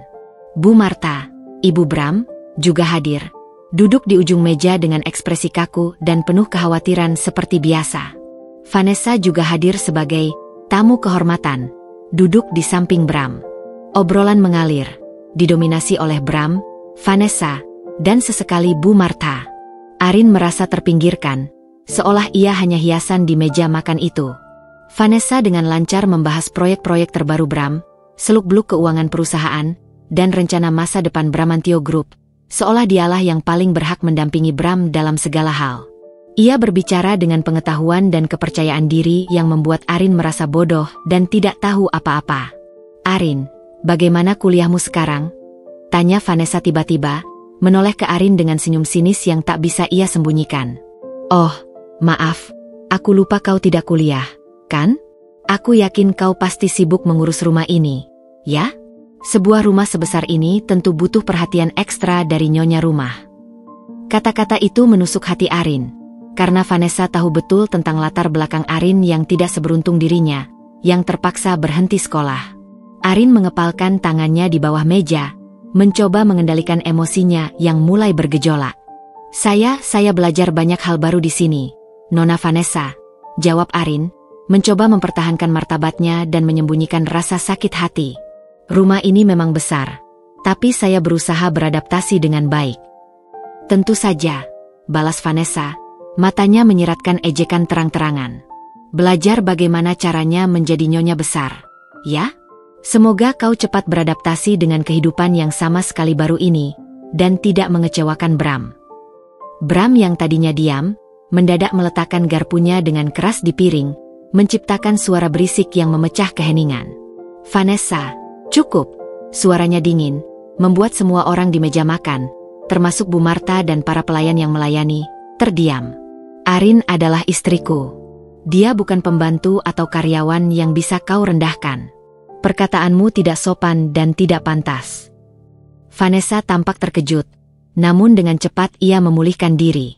Ia tersenyum masam, sedikit memaksakan diri. "Maaf, Bram. Aku hanya bercanda. Kau ini terlalu serius." Ia mencoba menyentuh lengan Bram, namun Bram menariknya. Bu Martha menatap Vanessa dengan tatapan peringatan, lalu beralih ke Arin dengan pandangan yang sulit diartikan. Ada sedikit kilatan penilaian di sana, seolah ia mengamati bagaimana Arin bereaksi terhadap situasi ini. Arin merasa tidak nyaman di bawah tatapan itu. Malam itu, Arin kembali ke kamarnya dengan hati yang campur aduk. Ia merasa terlindungi oleh Bram yang membelanya, sebuah rasa aman yang tak terduga. Namun, ia juga semakin menyadari betapa kuatnya pengaruh Vanessa dalam kehidupan Bram, dan betapa wanita itu tidak akan melepaskan Bram dengan mudah. Vanessa bukan hanya mantan tunangan, melainkan juga bagian penting dari dunia Bram, dari bisnisnya, dan ia jelas tidak menyukai kehadiran Arin. Arin menyadari bahwa posisinya di rumah ini, meskipun dimanjakan dengan segala fasilitas, sangat rapuh. Ia hanyalah sebuah pengganti, sebuah solusi, dan Vanessa adalah bayangan masa lalu yang tak pernah benar-benar pergi, selalu siap untuk mengklaim kembali apa yang ia anggap miliknya. Konflik tak terucap ini kini mulai terasa nyata, mengancam kedamaian semu yang perlahan mulai ia rasakan. Meskipun gejolak emosi akibat kehadiran Vanessa dan tekanan terselubung dari Nyonya Martha mulai merayapi hati Arin, rutinitas hariannya dengan Bram tetap berjalan. Bahkan, interaksi mereka terasa semakin dalam dan berarti. Bram mulai berbagi lebih banyak tentang pekerjaannya, bukan hanya sekadar laporan bisnis atau angka-angka saham, tapi juga tantangan nyata yang ia hadapi dalam memimpin sebuah perusahaan besar dari kursi rodanya. Arin, dengan kepolosannya dan cara berpikir yang lugu namun jujur, terkadang memberikan sudut pandang sederhana yang justru membuat Bram berpikir, seolah menemukan solusi di luar kotak. Ada kenyamanan baru yang terbentuk di antara mereka, sebuah koneksi yang melampaui status pernikahan paksa, bergerak ke arah persahabatan yang tulus. Suatu sore, Bram meminta Arin menemaninya memeriksa salah satu proyek perumahan mega mewah Bramantio Group yang sedang dikerjakan di pinggiran kota. Ini adalah kali pertama Arin ikut serta dalam urusan pekerjaan Bram di luar rumah. Arin terkejut melihat seberapa detail dan telitinya Bram, meskipun ia harus berada di kursi roda. Dengan mata tajamnya, Bram dengan cermat mengamati setiap sudut pembangunan, mulai dari fondasi hingga tata letak. Ia memberikan instruksi tegas, namun jelas, kepada para insinyur dan mandor yang tampak sangat menghormatinya. Arin melihat sisi Bram yang lain, seorang pemimpin yang karismatik, cerdas, dan dihormati oleh semua bawahannya, yang mampu mengambil keputusan cepat dan tepat bahkan dalam kondisi fisiknya yang terbatas. Diam-diam, Arin mengagumi dedikasi dan kekuatan mental Bram. Saat mereka kembali ke mobil setelah mengelilingi lokasi proyek yang luas, tiba-tiba hujan deras mengguyur tanpa peringatan. Kemeja Bram yang tipis langsung basah kuyup dalam sekejap. Karena kondisinya, Bram tidak bisa bergerak cepat dan Rio, asisten pribadinya, sedikit terlambat mengambilkan payung dari bagasi mobil. Tanpa pikir panjang, Arin yang berdiri di dekat Bram, refleks bertindak. Ia melepaskan blazer tipis yang ia kenakan dan buru-buru memayungi Bram, menutupi kepala dan bahu pria itu agar tidak terlalu basah oleh hujan. "Kau bisa sakit, Bram," ucap Arin refleks, nada suaranya sedikit cemas dan khawatir. Ia tak menyadari betapa dekatnya tubuh mereka saat itu, begitu dekat sehingga ia bisa merasakan kehangatan tubuh Bram. Bram menatap Arin, matanya memancarkan keterkejutan, namun juga sesuatu yang Arin tak bisa definisikan. Sebuah senyum tipis, nyaris tak terlihat, terukir di bibirnya. "Terima kasih, Arin," bisiknya, suaranya terdengar lembut, sebuah ucapan terima kasih yang tulus dan syarat makna. Momen sederhana itu terasa begitu intim bagi Arin. Ia merasa ada ikatan tak kasat mata yang semakin menguat di antara mereka, sebuah ikatan yang bukan hanya terjalin dari janji pernikahan, tapi juga dari kepedulian yang tulus. Ia tidak peduli jika blazernya basah kuyup atau tubuhnya sedikit kedinginan. Yang penting, Bram tidak kedinginan dan tidak bertambah sakit. Di rumah, Mbak Siti dan para pelayan juga mulai menunjukkan keramahan yang lebih nyata pada Arin. Mereka seringkali membantunya tanpa diminta, memberitahu tips-tips kecil tentang mengelola rumah sebesar itu, atau bahkan sekadar berbagi cerita ringan tentang kehidupan mereka. Arin, dengan sifatnya yang rendah hati dan polos, dengan mudah berbaur dengan mereka. Ia sering membantu di dapur jika ada waktu luang, atau mengobrol santai dengan Mbak Siti yang kini sudah ia anggap seperti kakak sendiri, sesuatu yang mungkin tidak akan dilakukan oleh nyonya besar lainnya yang cenderung menjaga jarak. Salah satu momen yang paling Arin nikmati adalah ketika ia membantu Bram merawat taman rahasia Bram di bagian belakang rumah. Taman itu tersembunyi, hanya bisa diakses melalui jalur khusus yang berliku, dan Bram sangat menyayanginya, menyebutnya sebagai tempat pelariannya dari hiruk-pikuk dunia. Di sana, Bram menanam berbagai jenis bunga langka dan tanaman obat yang ia kumpulkan dari berbagai penjuru dunia. Bram akan menjelaskan nama-nama latinnya yang rumit, khasiatnya, dan cara merawatnya dengan penuh kesabaran. Arin mendengarkan dengan antusias, sesekali menyentuh kelopak bunga yang lembut atau mencium aromanya yang wangi. "Kau suka bunga, Arin?" tanya Bram suatu kali, saat Arin dengan hati-hati membersihkan daun kering di sekitar tanaman mawar ungu yang sangat cantik. Arin mengangguk, senyum tulus merekah di bibirnya. "Sangat suka, Bram. Dulu di kampung, nenek saya punya kebun bunga kecil. Tapi saya tidak tahu banyak namanya, hanya yang umum saja." Bram tersenyum hangat, menatap Arin dengan sorot mata yang penuh kelembutan. "Nanti aku akan ajari kau. Kalau kau mau, kita bisa menambah koleksi bunga kesukaanmu di sini, membuat tamanmu sendiri di sudut itu." Ia menunjuk sebuah lahan kosong di pojok taman. Perkataan Bram terasa seperti angin sejuk di hati Arin. Itu bukan hanya tawaran sederhana, tapi sebuah undangan untuk menjadi bagian dari dunianya, untuk memiliki sesuatu yang miliknya di rumah ini, sebuah tempat di mana ia bisa mengekspresikan dirinya. Perasaan Arin terhadap Bram semakin jelas. Ia tidak hanya merasa nyaman, ia mulai peduli, sangat peduli pada Bram, jauh melampaui batas kewajiban seorang istri. Ada rasa ingin melindungi, rasa ingin membahagiakan, dan rasa ingin tahu lebih dalam tentang pria yang kini menjadi suaminya ini. Namun, di balik semua kebaikan dan perhatian yang perlahan menumbuhkan benih-benih perasaan baru itu, bayangan Vanessa masih menjadi penghalang besar yang terasa nyata. Arin tahu Vanessa tidak akan tinggal diam, melihat Arin semakin dekat dengan Bram. Dan memang benar, di saat Arin mulai merasa sedikit lega dan bahagia, sebuah surat undangan formal tiba di rumah itu, dikirimkan dengan kurir khusus. Sebuah undangan pesta ulang tahun besar-besaran yang akan diadakan oleh keluarga Vanessa, dan Bram diundang sebagai tamu kehormatan. Arin tahu, ini bukan hanya pesta biasa. Ini adalah arena baru, di mana Vanessa akan kembali menunjukkan dominasinya, mengklaim kembali tempatnya di sisi Bram, dan Arin harus siap menghadapinya, atau merasa lebih terpinggirkan dari sebelumnya. Undangan pesta ulang tahun keluarga Vanessa bukanlah sekadar selembar kertas biasa bagi Arin. Itu adalah deklarasi perang. Sebuah medan pertempuran di mana Vanessa akan menunjukkan dominasinya dan Arin adalah target utamanya. Malam itu, mensyahan keluarga Vanessa yang megah bersinar terang, dipenuhi gemerlap lampu kristal yang memantulkan cahaya ke segala arah, tawariang para tamu kelas atas yang berbusana mewah, dan alunan musik klasik yang lembut namun tetap terdengar megah. Arin, yang mengenakan gaun malam sederhana berwarna navy blue yang disediakan Bram, gaun yang sebenarnya elegan, tapi terasa terlalu biasa di antara kilauan berlian dan sutra, merasa seperti Cinderella yang baru saja tiba di pesta dansa, namun tanpa peri pelindung dan sepatu kaca yang akan membawanya pada kebahagiaan.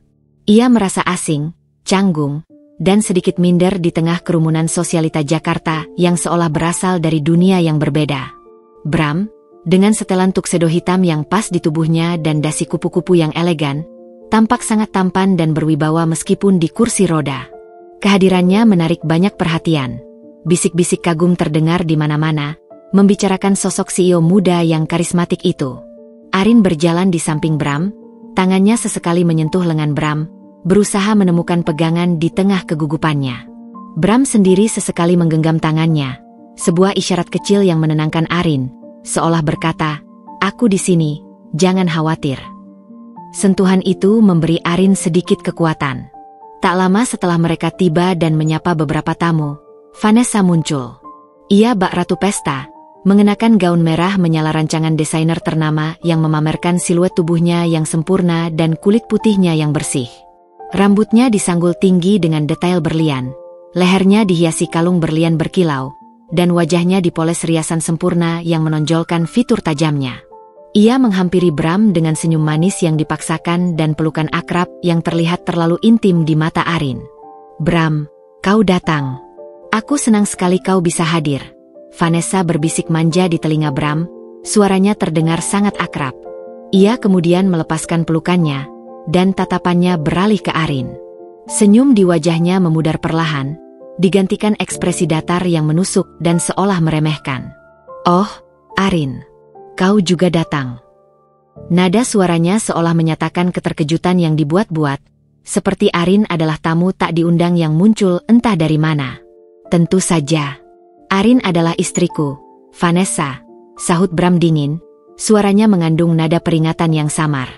Ia merapatkan tubuhnya sedikit ke Arin, sebuah gestur protektif yang membuat Arin merasa sedikit lega dan terlindungi. Vanessa hanya tersenyum tipis. Pandangan matanya menyiratkan ejekan terang-terangan. Ia kemudian mulai mengajak Bram berkeliling, memperkenalkan Bram kepada tamu-tamu penting dengan bangga, seolah Bram adalah miliknya sepenuhnya. "Ini Bram, CEO Bramantio Group," katanya berkali-kali, mengabaikan keberadaan Arin. Arin hanya mengikuti di belakang, merasa seperti bayangan tak berarti, sebuah appendix. Banyak tamu yang meliriknya dengan tatapan ingin tahu dan bisik-bisik, seolah bertanya-tanya siapa dia dan mengapa ia ada di sana bersama Bram.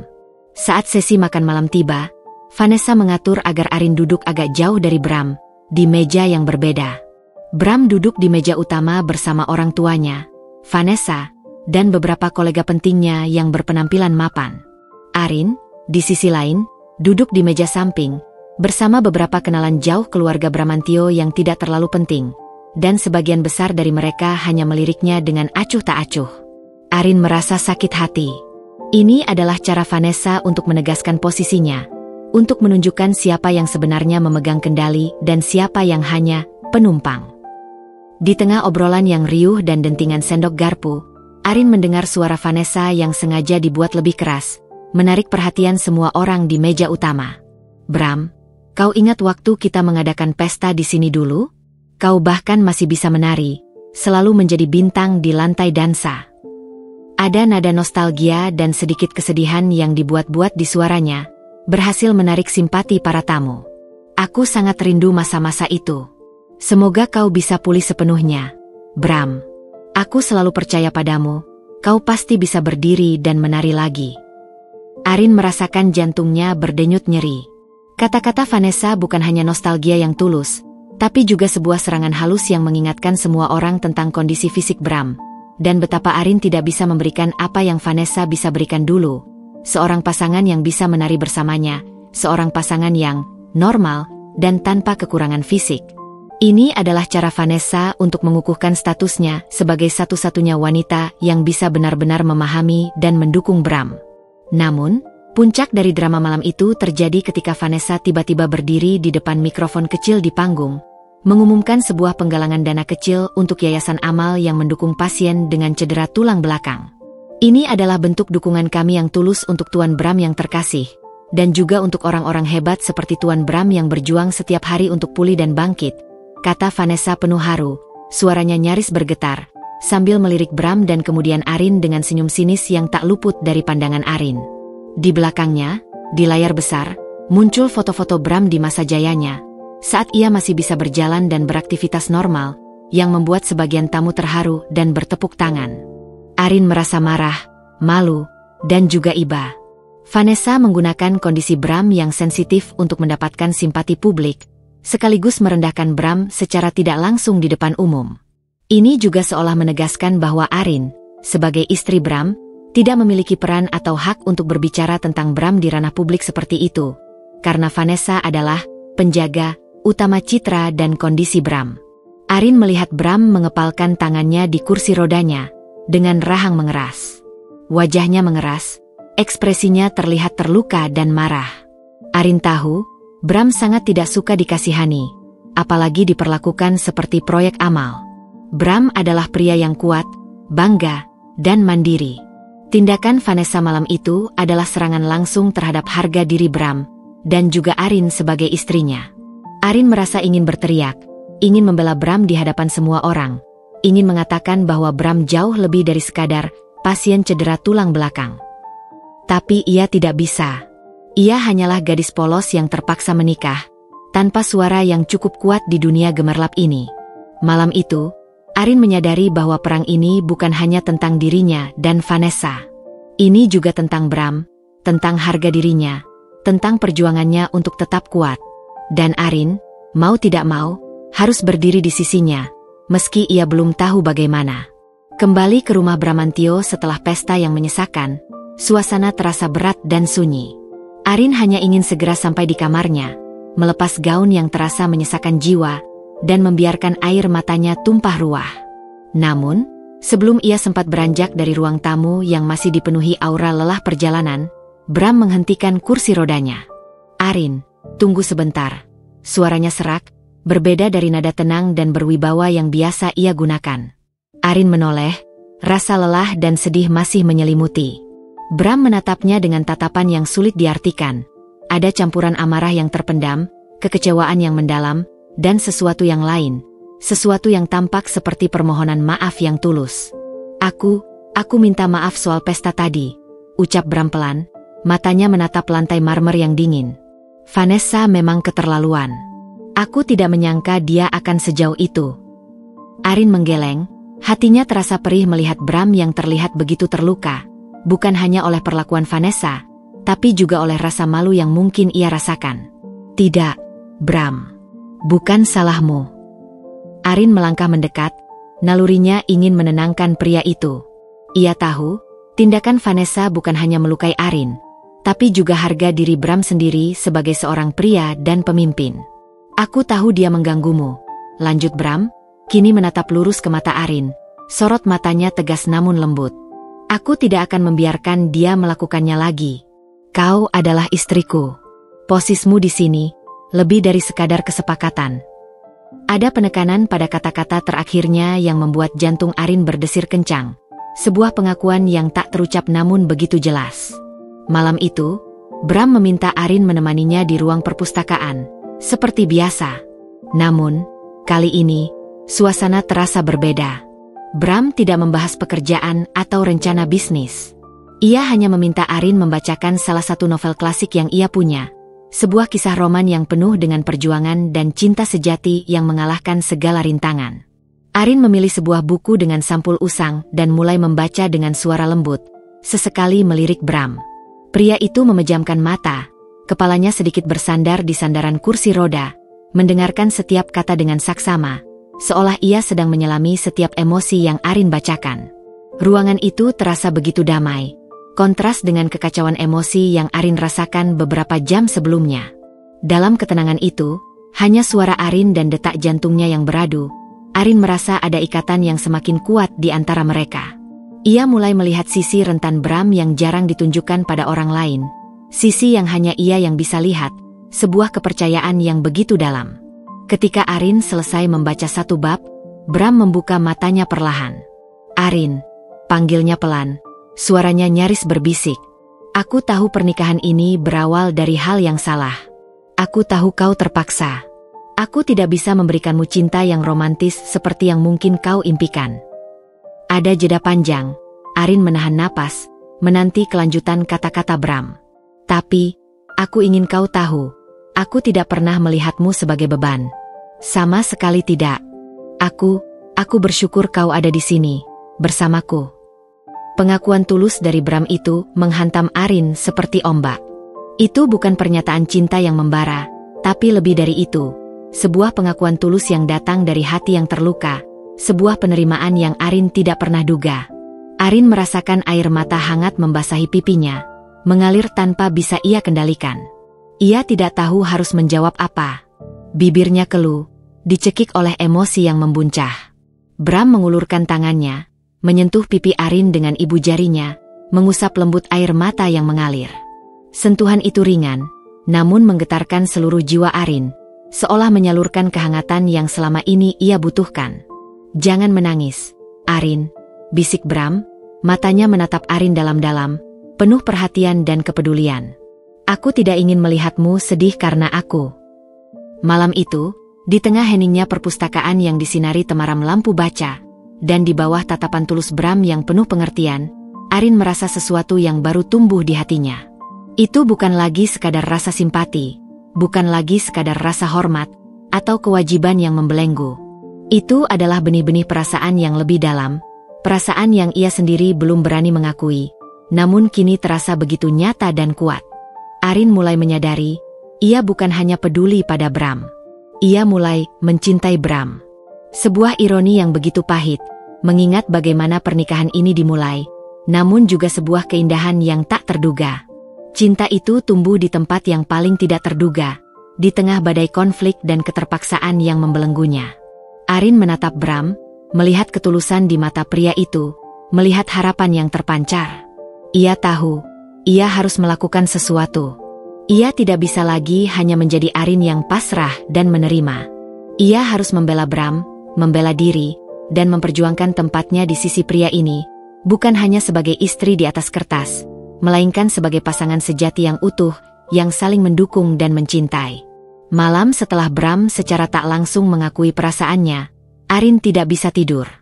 Namun, kali ini bukan karena gelisah atau kesepian seperti sebelumnya, melainkan karena gejolak emosi yang membahagiakan, namun di sisi lain juga menakutkan. Pengakuan Bram yang tulus, meski bukan pernyataan cinta yang gamblang, telah membuka pintu di hatinya yang selama ini terkunci rapat. Arin kini tak lagi hanya peduli. Ia sadar ia mulai mencintai Bram. Cinta itu tumbuh diam-diam, tanpa disengaja, di tengah segala drama, paksaan, dan intrik yang mengelilingi pernikahan mereka. Perasaan baru itu memberinya kekuatan yang tak pernah ia sangka. Ia tidak ingin lagi hanya menjadi Arin yang pasrah, yang hanya menerima takdir begitu saja. Ia ingin berjuang, tidak hanya untuk Bram, tapi juga untuk dirinya sendiri, untuk masa depan pernikahannya, dan untuk menegaskan tempatnya di rumah mewah ini.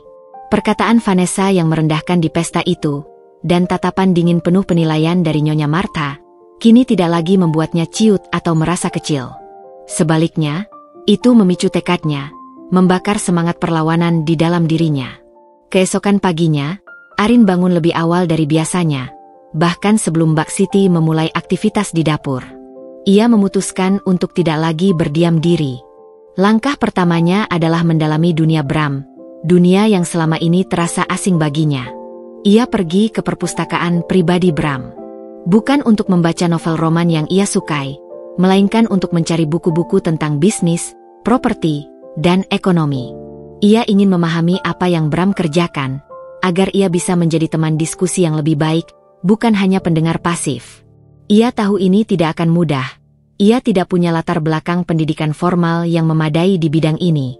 Namun, semangatnya menyala. Ia bertekad untuk belajar. Saat Bram melihat Arin sibuk dengan tumpukan buku bisnis di perpustakaan, ia tampak terkejut namun kemudian tersenyum lembut. "Kau tertarik dengan laporan keuangan, Arin? Atau sedang mempelajari merger dan akuisisi?" Godanya dengan nada geli. Arin tersipu, pipinya memerah. Saya hanya ingin belajar, Bram. Agar saya bisa mengerti sedikit tentang pekerjaanmu. Saya tidak ingin terlalu tertinggal."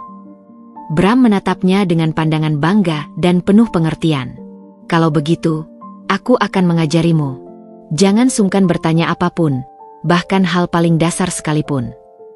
Dan sejak itu, sesi mereka di perpustakaan berubah. Bram tidak hanya menceritakan sekilas tentang pekerjaannya, ia mulai mengajari Arin. Ia menjelaskan istilah-istilah bisnis yang rumit dengan sabar, menunjukkan grafik dan laporan keuangan, menjawab setiap pertanyaan Arin yang polos namun penuh rasa ingin tahu dan dahaga akan ilmu. Arin belajar dengan cepat, ia memiliki kemauan yang kuat dan daya serap yang baik.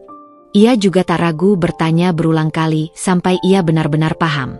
Selain belajar tentang bisnis, Arin juga mulai aktif mengambil peran di rumah. Ia mulai berdiskusi dengan Mbak Siti tentang menu makanan yang lebih sehat dan bervariasi untuk Bram, mengingat kondisi fisiknya yang membutuhkan nutrisi khusus.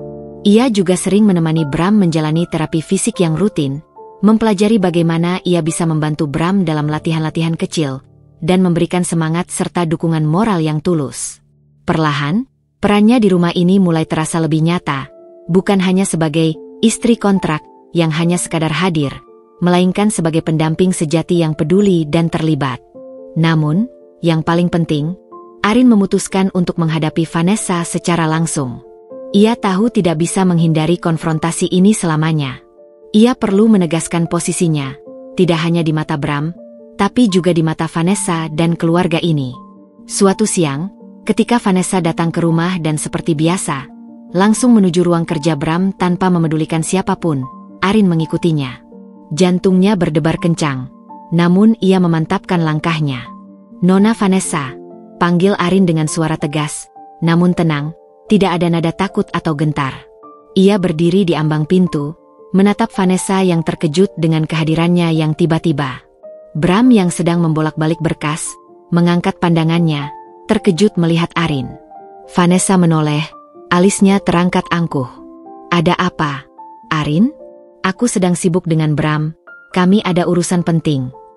Nada suaranya dingin dan meremehkan.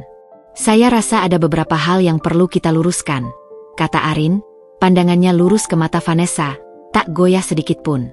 "Saya tahu Anda dan Bram punya masa lalu yang panjang. Saya menghargai itu. Tapi sekarang, saya adalah istrinya. Dan saya minta Anda menghormati posisi saya. Tolong, jangan lagi merendahkan saya di depan umum, atau menggunakan kondisi fisik Bram untuk keuntungan pribadi Anda seperti saat di pesta itu." Vanessa terdiam, raut wajahnya mengeras. Kilatan amarah muncul di matanya. Bram yang sedari tadi diam mendengarkan, terlihat terkejut dengan keberanian Arin yang tak terduga. "Kau berani sekali, Arin," kata Vanessa dingin, bibirnya membentuk senyum sinis yang penuh ejekan. "Kau pikir kau siapa? Hanya gadis miskin yang dinikahi karena belas kasihan. Kau tidak tahu apa-apa tentang Bram dan masa lalunya." "Saya mungkin memang gadis miskin, Nona Vanessa," balas Arin tanpa gentar, suaranya mantap dan penuh keyakinan. "Tapi saya istri Bram, bukan karena belas kasihan, tapi karena pilihan. Pilihan Bram. Dan saya tidak akan membiarkan siapapun menyakiti Bram, baik secara fisik maupun mental, termasuk Anda." Wajah Vanessa memerah padam. Ia tampak siap melontarkan lebih banyak kata-kata kasar dan hinaan. Namun Bram yang selama ini diam, akhirnya angkat bicara, suaranya bergemuruh dengan otoritas yang jarang Arin dengar. "Vanessa, cukup." Suara Bram terdengar lebih tegas dan dingin dari yang pernah Arin dengar. Ia menatap Vanessa dengan tatapan tajam yang membuat Vanessa seketika terdiam. "Arin benar. Kau sudah kelewatan batas. Aku tidak akan mentolerir ini lagi." Hubungan profesional kita tidak boleh melampaui batas dan mengganggu istriku. Ini adalah rumah tanggaku. Vanessa terdiam, menatap Bram dengan sorot mata tak percaya, marah, dan sedikit terluka. Ia tahu Bram serius. Ia pun berbalik, meninggalkan ruangan dengan langkah tergesa-gesa. Aura kemarahan dan kekalahan terasa begitu pekat di belakangnya. Arin merasa lega sekaligus gemetar hebat. Ini adalah langkah besar pertamanya. Ia telah berani membela dirinya dan Bram. Bram menatap Arin, matanya dipenuhi kekaguman dan rasa syukur yang mendalam. Sebuah senyum tipis, penuh kebanggaan, terukir di bibirnya. Arin tahu, jalan yang ia pilih tidak akan mudah, tantangan akan terus datang, namun ia kini tidak sendiri. Ia memiliki Bram di sisinya, dan itu sudah cukup. Tekadnya kini membaja. Ia akan memperjuangkan cintanya dan posisinya di rumah ini. Konfrontasi Arin yang berani dengan Vanessa menyisakan kelegaan sekaligus kecemasan yang mendalam. Lega karena ia akhirnya berani berbicara untuk dirinya sendiri dan Bram. Dan lega karena Bram berdiri di sisinya, membela dirinya tanpa keraguan. Namun, kecemasan yang lebih besar kini muncul, karena ia tahu Vanessa tidak akan menyerah begitu saja. Dan drama baru tak lama kemudian muncul dari arah yang Arin tak duga sepenuhnya.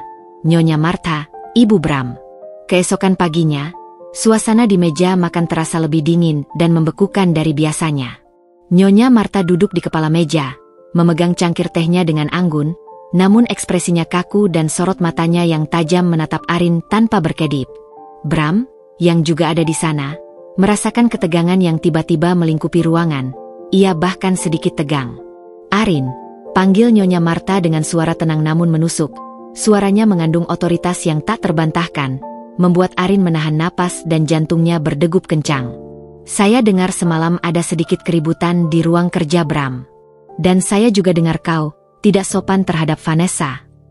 Ada penekanan pada kata tidak sopan yang membuat Arin merasa dituduh. Jantung Arin berdegup kencang, memukul-mukul dadanya. Ia melirik Bram, namun Bram hanya bisa menatap ibunya dengan tatapan peringatan yang tak digubris. Arin tahu ini adalah ujian dari Martha, sebuah interogasi halus. Ia harus tetap tenang dan tidak menunjukkan kelemahannya. Nyonya Martha, dengan segala hormat, saya hanya menegaskan posisi saya sebagai istri Bram, jawab Arin, mencoba menjaga suaranya tetap stabil dan tidak bergetar. Ia menatap balik mata Martha, meskipun di dalamnya ada sedikit rasa takut. Nona Vanessa terlalu sering merendahkan saya di depan umum dan juga mengusik Bram secara pribadi. Saya rasa itu tidak pantas dilakukan oleh siapapun di rumah ini. Martha mendengus pelan, ekspresi wajahnya tak berubah sedikit pun. Ia meletakkan cangkir tehnya dengan gerakan pelan, namun terdengar jelas. Vanessa adalah bagian penting dari keluarga ini, Arin. Dia tunangan Bram selama bertahun-tahun. Dia mengerti Bram lebih dari siapapun, jauh sebelum kau datang. Martha melontarkan kalimat itu seperti sebuah pukulan telak yang sengaja ia tujukan untuk meruntuhkan Arin. Kau baru saja datang, Arin. Jangan berani-beraninya mengatur apa yang boleh dan tidak boleh dilakukan di rumah ini, atau terhadap Bram. Ada nada peringatan terselubung yang sangat jelas dalam suara Martha, sebuah ancaman yang tak terbantahkan. Martha tidak hanya membela Vanessa, tapi juga menegaskan siapa yang memegang kendali sejati di rumah ini. Dia adalah matriark keluarga Bramantio, fondasi kekuatan mereka, dan Arin hanyalah pendatang baru yang belum punya hak bicara, apalagi untuk membuat keributan. Bram mencoba menengahi, merasa tidak nyaman dengan situasi ini. Bu, Arin tidak bermaksud begitu. Vanessa memang terlalu jauh kemarin. Dia tidak menghargai Arin sebagai istriku. Bram, jangan ikut campur, potong Martha dingin, tanpa menoleh pada putranya. Ini urusan para wanita. Kau fokus saja pada kesehatan dan pemulihanmu. Martha lalu menatap Arin lagi, matanya menyipit, mencari-cari kelemahan Arin. Ingat, Arin, kau di sini karena satu alasan utama, untuk menjaga Bram dan memberikan pewaris. Jangan sampai kau lupa diri dan mulai menuntut hal yang tidak-tidak. Kau tidak akan bertahan lama di sini jika terus bersikap begitu. Posisi dan masa depan keluargamu tergantung padamu. Perkataan Martha menusuk Arin lebih dalam dari perkataan Vanessa manapun. Kata, pewaris, Terasa seperti belati yang mengoyak hatinya, mengingatkan kembali bahwa ia adalah istri karena kontrak, bukan karena cinta sejati. Dan ancaman, tidak akan bertahan lama, adalah gema dari ketakutan terbesarnya. Jika ia gagal, keluarganya akan kembali terpuruk dalam kemiskinan dan utang. Ini bukan sekadar ancaman, ini adalah realitas yang harus ia hadapi.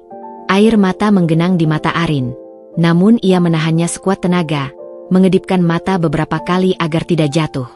Ia tidak ingin terlihat lemah di depan Martha, yang tampak begitu puas melihat reaksinya. Ia mengepalkan tangannya di bawah meja, kukunya menancap di telapak tangan, bibirnya gemetar menahan emosi. Martha memegang kendali penuh. Kekuatan Martha bukan hanya pada statusnya sebagai ibu Bram, tapi juga pada pengetahuan dan pengaruhnya yang mendalam atas Bram, dan semua yang ada di rumah ini. Arin merasa kecil dan tak berdaya lagi, seolah semua keberaniannya semalam telah lenyap. Setelah sarapan yang terasa seperti siksaan itu selesai, Martha berdiri dari kursinya tanpa mengucapkan sepatah kata pun lagi, dan pergi begitu saja, meninggalkan Arin yang terpaku di kursinya, dengan punggung tegak namun hati remuk. Bram segera meraih tangan Arin, menggenggamnya erat. Tatapannya dipenuhi penyesalan dan keinginan untuk melindungi. "Arin, maafkan ibu," bisik Bram, suaranya penuh rasa bersalah. "Ibu memang sedikit keras dan protektif. Dia hanya sangat mengkhawatirkanku, dan dia punya cara berpikirnya sendiri." Arin hanya bisa mengangguk, masih syok dengan konfrontasi langsung ini. Perlawanannya terhadap Vanessa memang penting dan ia tidak menyesalinya. Tapi kini ia sadar ada tembok yang jauh lebih tinggi dan kokoh yang harus ia hadapi. Nyonya Martha, ibu Bram, yang memiliki otoritas mutlak di rumah ini. Bayangan kekejaman Martha, yang didasari oleh kecemasan seorang ibu, mulai terlihat jelas, mengancam kedamaian yang baru saja Arin rasakan. Arin tahu, untuk bisa memperjuangkan cintanya dan posisinya di sini, ia tidak hanya harus melawan Vanessa, tetapi juga harus memenangkan hati Martha, atau setidaknya bertahan dari badai yang akan datang. Perjalanan Arin masih sangat panjang. Setelah konfrontasi dingin dengan Nyonya Martha di meja makan, Arin merasa hancur berkeping-keping. Kata-kata sang mertua menusuknya lebih dalam daripada ejekan Vanessa manapun. Ancaman terselubung tentang pewaris dan tidak akan bertahan lama bergaung di kepalanya, mengingatkannya pada posisi rapuhnya di rumah ini. Malam itu, Arin kembali menangis sendirian di kamarnya yang mewah, merasakan kesepian yang teramat sangat di tengah kemewahan yang tak ia inginkan ini. Ia merasa terasing, terperangkap di sangkar emas yang kini terasa semakin menyesakan. Jeruji-jerujinya tak kasat mata namun terasa sangat nyata. Namun, di tengah keputusasaan yang melumpuhkan itu, Arin teringat tatapan Bram. Tatapan penuh penyesalan dan keinginan untuk melindunginya setelah insiden di ruang kerja. Itu adalah satu-satunya pelampiasan cahaya dalam kegelapan emosional yang melingkupinya. Ia tahu Bram tidak akan pernah bisa melanggar perkataan ibunya secara langsung, terutama di depan umum, tetapi Arin juga tahu bahwa Bram percaya padanya dan menghargai keberaniannya. Ini bukan lagi hanya pertarungan antara dia dan Vanessa, atau dia dan Martha. Ini adalah pertarungan untuk tempatnya di sisi Bram, untuk harga dirinya, dan yang paling penting, Bram adalah alasannya untuk tetap kuat dan berjuang. Keesokan harinya, dengan tekad yang membaja, Arin memutuskan untuk mencari sekutu. Ia menyadari bahwa ia tidak bisa menghadapi badai ini sendirian. Ia perlu dukungan, dan ia tahu siapa yang paling bisa ia percaya di rumah ini, Mbak Siti. Mbak Siti selalu baik padanya, selalu ada di saat Arin membutuhkan sesuatu, dan Arin merasakan kehangatan tulus serta kebijaksanaan dari wanita parubaya itu. Arin menemui Mbak Siti di dapur, tempat di mana Mbak Siti selalu terlihat sibuk namun ramah, dengan aroma masakan yang menenangkan. "Mbak Siti," panggil Arin pelan, suaranya sedikit serak. Saya ingin bertanya sesuatu, jika Anda tidak keberatan." Mbak Siti menoleh, senyumnya sedikit meredup melihat raut wajah Arin yang masih terlihat sedih dan lelah. "Ada apa, Nyonya Arin? Ada yang bisa saya bantu? Nyonya terlihat kurang sehat." Arin ragu sejenak, menimbang-nimbang. Namun, ia tahu ia harus berani dan membuka diri. "Mbak Siti, saya tahu Anda sudah lama bekerja di sini, mungkin lebih lama dari siapapun. Saya ingin tahu lebih banyak tentang Nyonya Martha dan Nona Vanessa. mereka sangat berpengaruh di sini. Ya? Saya merasa seperti... Arin berhenti, mencari kata yang tepat. Seperti saya tidak mengerti banyak hal. Mbak Siti menghela napas panjang. Tatapannya beralih keluar jendela besar yang menampilkan taman. Seolah ia sedang menimbang kata-katanya dengan sangat hati-hati. Nyonya Arin, Nyonya Marta memang sangat berkuasa di rumah ini. Beliau yang mendidik Tuan Bram sejak kecil, dan sangat ketat dalam segala hal. Apalagi setelah Tuan Bram sakit, beliau jadi lebih protektif, berlebihan mungkin di mata orang luar. Beliau ingin yang terbaik untuk Tuan Bram, dengan caranya sendiri, kadang sampai tidak peduli dengan perasaan orang lain. Mbak Siti berhenti sejenak, lalu melanjutkan dengan suara lebih pelan, nyaris berbisik. Dan Nona Vanessa, memang dulu tunangan Tuan Bram. Mereka berdua tumbuh bersama sejak kecil. Sekolah di tempat yang sama, lingkaran pertemanannya juga sama.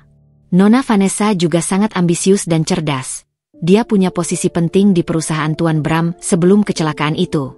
Banyak yang mengira mereka akan menikah dan menjadi pasangan yang sempurna, mewarisi semua ini. Arin mendengarkan dengan saksama.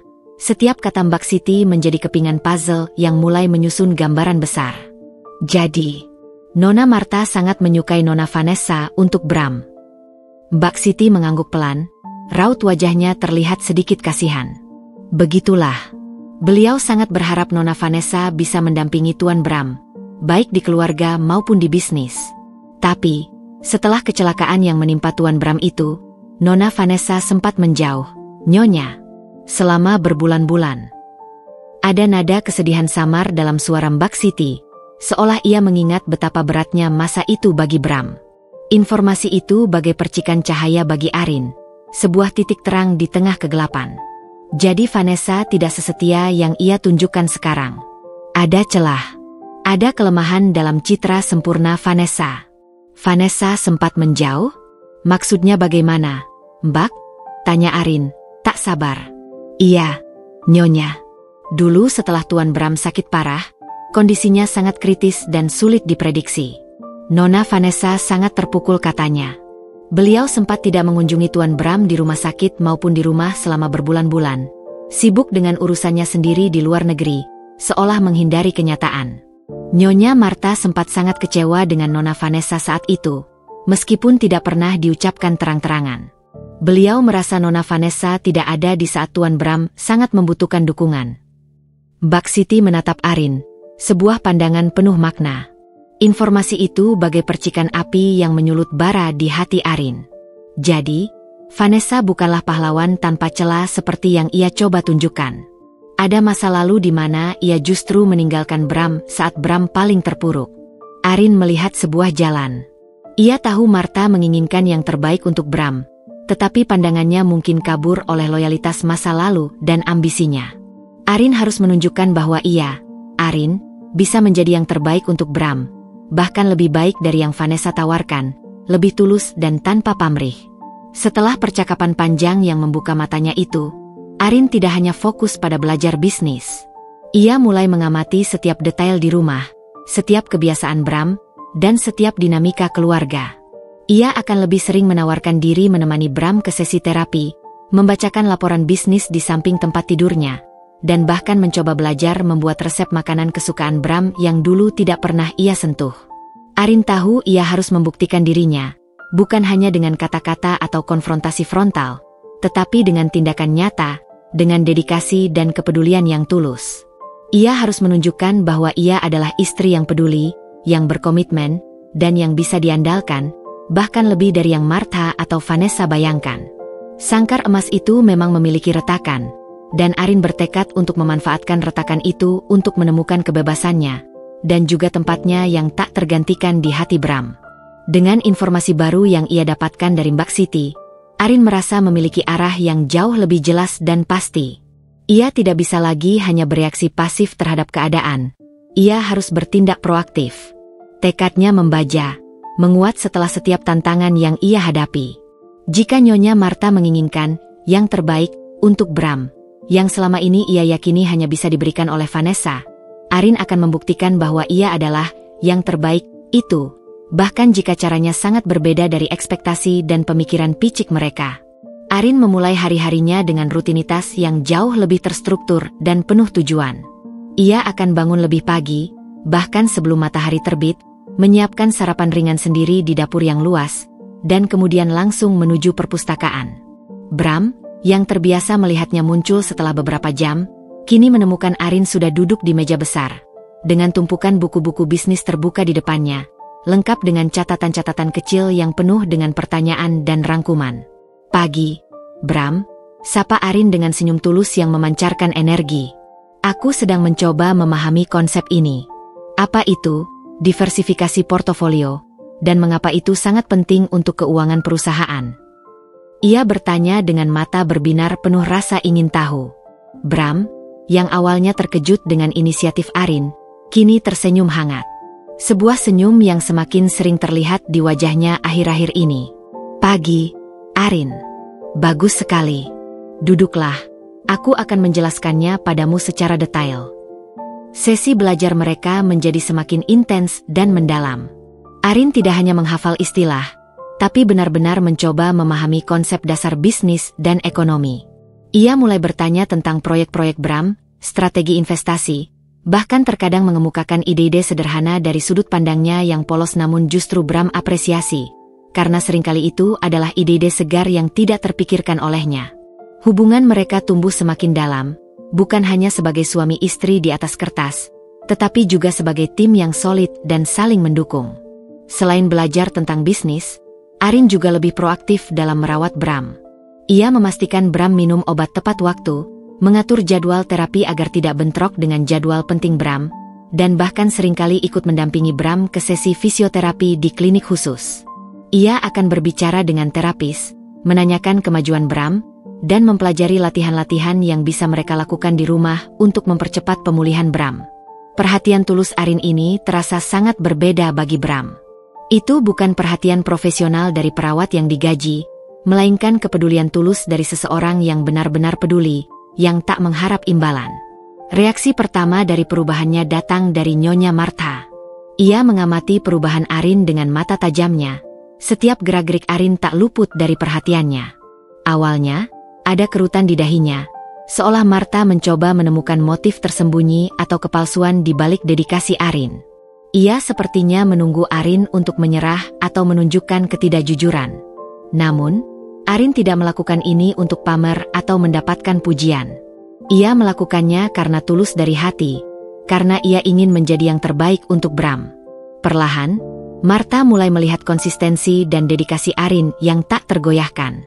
Suatu pagi, Martha tanpa sengaja melihat Arin dengan sabar membantu Bram melakukan latihan tangan ringan di taman, berbicara dengannya dengan lembut dan penuh semangat. Martha tidak mengatakan apa-apa, namun Arin menangkap ada tatapan yang sedikit berbeda dari Martha. Sebuah kilatan pengamatan yang lebih dari sekadar curiga, mungkin sedikit kejutan, atau bahkan sedikit penerimaan. Namun, reaksi paling keras dan paling jelas datang dari Vanessa. Ketika Vanessa datang berkunjung, ia melihat Arin tidak lagi hanya duduk diam di sudut atau bersembunyi di kamarnya. Arin kini sering terlihat di samping Bram, terlibat dalam diskusi bisnis, atau menemani Bram saat bekerja. Vanessa merasakan posisinya terancam, merasa bahwa Arin sedang mencuri tempatnya. "Kau terlihat sangat sibuk sekarang, Arin," kata Vanessa suatu sore, mendekati Arin di ruang keluarga dengan nada sinis yang tak bisa disembunyikan. Matanya menyiratkan ejekan. "Baguslah, Bram memang butuh seseorang untuk menemaninya. Tapi jangan sampai kau terlalu memaksakan diri, apalagi sampai sakit." Arin menoleh, menatap Vanessa dengan tenang dan percaya diri. "Saya hanya melakukan kewajiban saya sebagai istri, Nona Vanessa. Bram membutuhkan dukungan penuh, dan saya ingin bisa memberikannya sebaik mungkin." Ia tidak lagi gentar. Vanessa tertawa sinis, sebuah tawa yang hampa dan dingin. "Dukungan? Kau pikir hanya dengan membaca beberapa buku kau bisa memahami bisnis sebesar ini? Jangan bermimpi terlalu tinggi, Arin. Kau tidak akan pernah bisa menggantikanku di sini, atau di sisi Bram. Kau hanyalah pengganti sementara." "Saya tidak berniat menggantikan siapapun, Nona Vanessa," jawab Arin, suaranya mantap dan penuh keyakinan. "Saya hanya ingin menjadi istri yang baik untuk Bram, dan pendamping yang bisa ia andalkan." Dan saya yakin, saya bisa melakukannya dengan lebih tulus daripada siapapun. Kata-kata, lebih tulus, itu sengaja ia tekankan, mengingat informasi yang ia dapat dari Mbak Siti. Wajah Vanessa mengeras, amarah jelas terlihat di matanya. Ia melirik Bram yang kebetulan lewat dengan kursinya, lalu kembali menatap Arin dengan sorot mata penuh kebencian. Kita lihat saja nanti, Arin. Di dunia ini, ketulusan saja tidak cukup. Dibutuhkan lebih dari itu untuk bertahan di lingkungan seperti ini, untuk berkuasa. Vanessa lalu pergi dengan langkah tergesa-gesa. Aura kemarahannya terasa begitu pekat di udara. Meskipun perkataan Vanessa menyakitkan dan penuh ancaman, Arin tidak gentar. Ia tahu ia berada di jalur yang benar. Kata-kata Bram bahwa ia bersyukur Arin ada di sana, tatapan kagum dari Bram, dan perasaan cinta yang semakin tumbuh di hatinya adalah motivasi terbesarnya. Arin mulai merasa ada retakan di sangkar emas itu. Retakan yang memberinya ruang untuk bernapas, untuk tumbuh, dan untuk membuktikan dirinya. Perjalanan masih panjang, dan ia tahu akan ada lebih banyak rintangan dan badai yang harus ia hadapi, tapi Arin kini memiliki tekad yang kuat dan Bram di sisinya. Itu sudah lebih dari cukup untuknya. Konfrontasi dengan Vanessa dan Martha telah menguatkan Arin. Ia tahu, kata-kata saja tidak cukup, ia harus membuktikan dirinya. Kesempatan itu datang saat Bramantio Group menghadapi masalah besar terkait salah satu proyek properti andalan mereka. Sebuah masalah hukum yang kompleks mengancam reputasi dan kerugian finansial yang besar. Vanessa, sebagai mantan tunangan dan ahli strategi, sibuk mencari solusi, seringkali beradu argumen dengan Bram. Martha pun sangat khawatir, menekan Bram untuk segera menyelesaikan masalah. Di tengah kekacauan itu, Arin, yang selama ini tekun belajar, menemukan sebuah celah. Ia ingat pernah membaca tentang kasus serupa di salah satu buku hukum properti yang ia pinjam dari Bram. Dengan gugup namun penuh keyakinan, Arin menyampaikan idenya kepada Bram. Bram, yang awalnya ragu, terkejut mendengar argumen Arin yang logis dan merujuk pada detail hukum yang spesifik. Ia melihat kecerdasan tersembunyi Arin, dan di matanya terpancar harapan. Melawan keraguan timnya dan penolakan Vanessa, Bram memutuskan untuk mengikuti saran Arin. Ia meminta Rio untuk segera menyiapkan semua yang dibutuhkan. Beberapa hari kemudian, strategi Arin diterapkan dalam sidang mediasi. Hasilnya mengejutkan semua orang. Bramantio Group memenangkan mediasi, menghindari kerugian miliaran, dan bahkan mendapatkan keuntungan tak terduga. Ruangan dipenuhi sorak-sorai. Bram menatap Arin, matanya penuh kebanggaan dan cinta yang tak lagi bisa disembunyikan. Ia memanggil Arin mendekat dan menggenggam tangannya erat di hadapan semua orang. Ini semua berkat Arin, katanya, suaranya lantang dan jelas. Dia yang menemukan solusinya. Martha menatap Arin, ekspresinya masih kaku, namun kali ini ada kilatan kekaguman yang jelas di matanya. Vanessa, di sisi lain, menatap Arin dengan wajah pucat pasi, tak mampu menyembunyikan kekalahan dan kecemburuannya. Posisinya di samping Bram, yang selama ini ia klaim, kini sepenuhnya diambil alih oleh Arin. Momen itu adalah titik balik bagi Arin. Ia telah membuktikan dirinya, bukan hanya sebagai istri, tetapi sebagai seorang wanita yang cerdas, berani, dan berharga. Sangkar emas itu kini terasa lebih seperti rumah, dan Arin tahu, ini barulah awal dari perjuangan dan kebahagiaan yang sesungguhnya bersama Bram.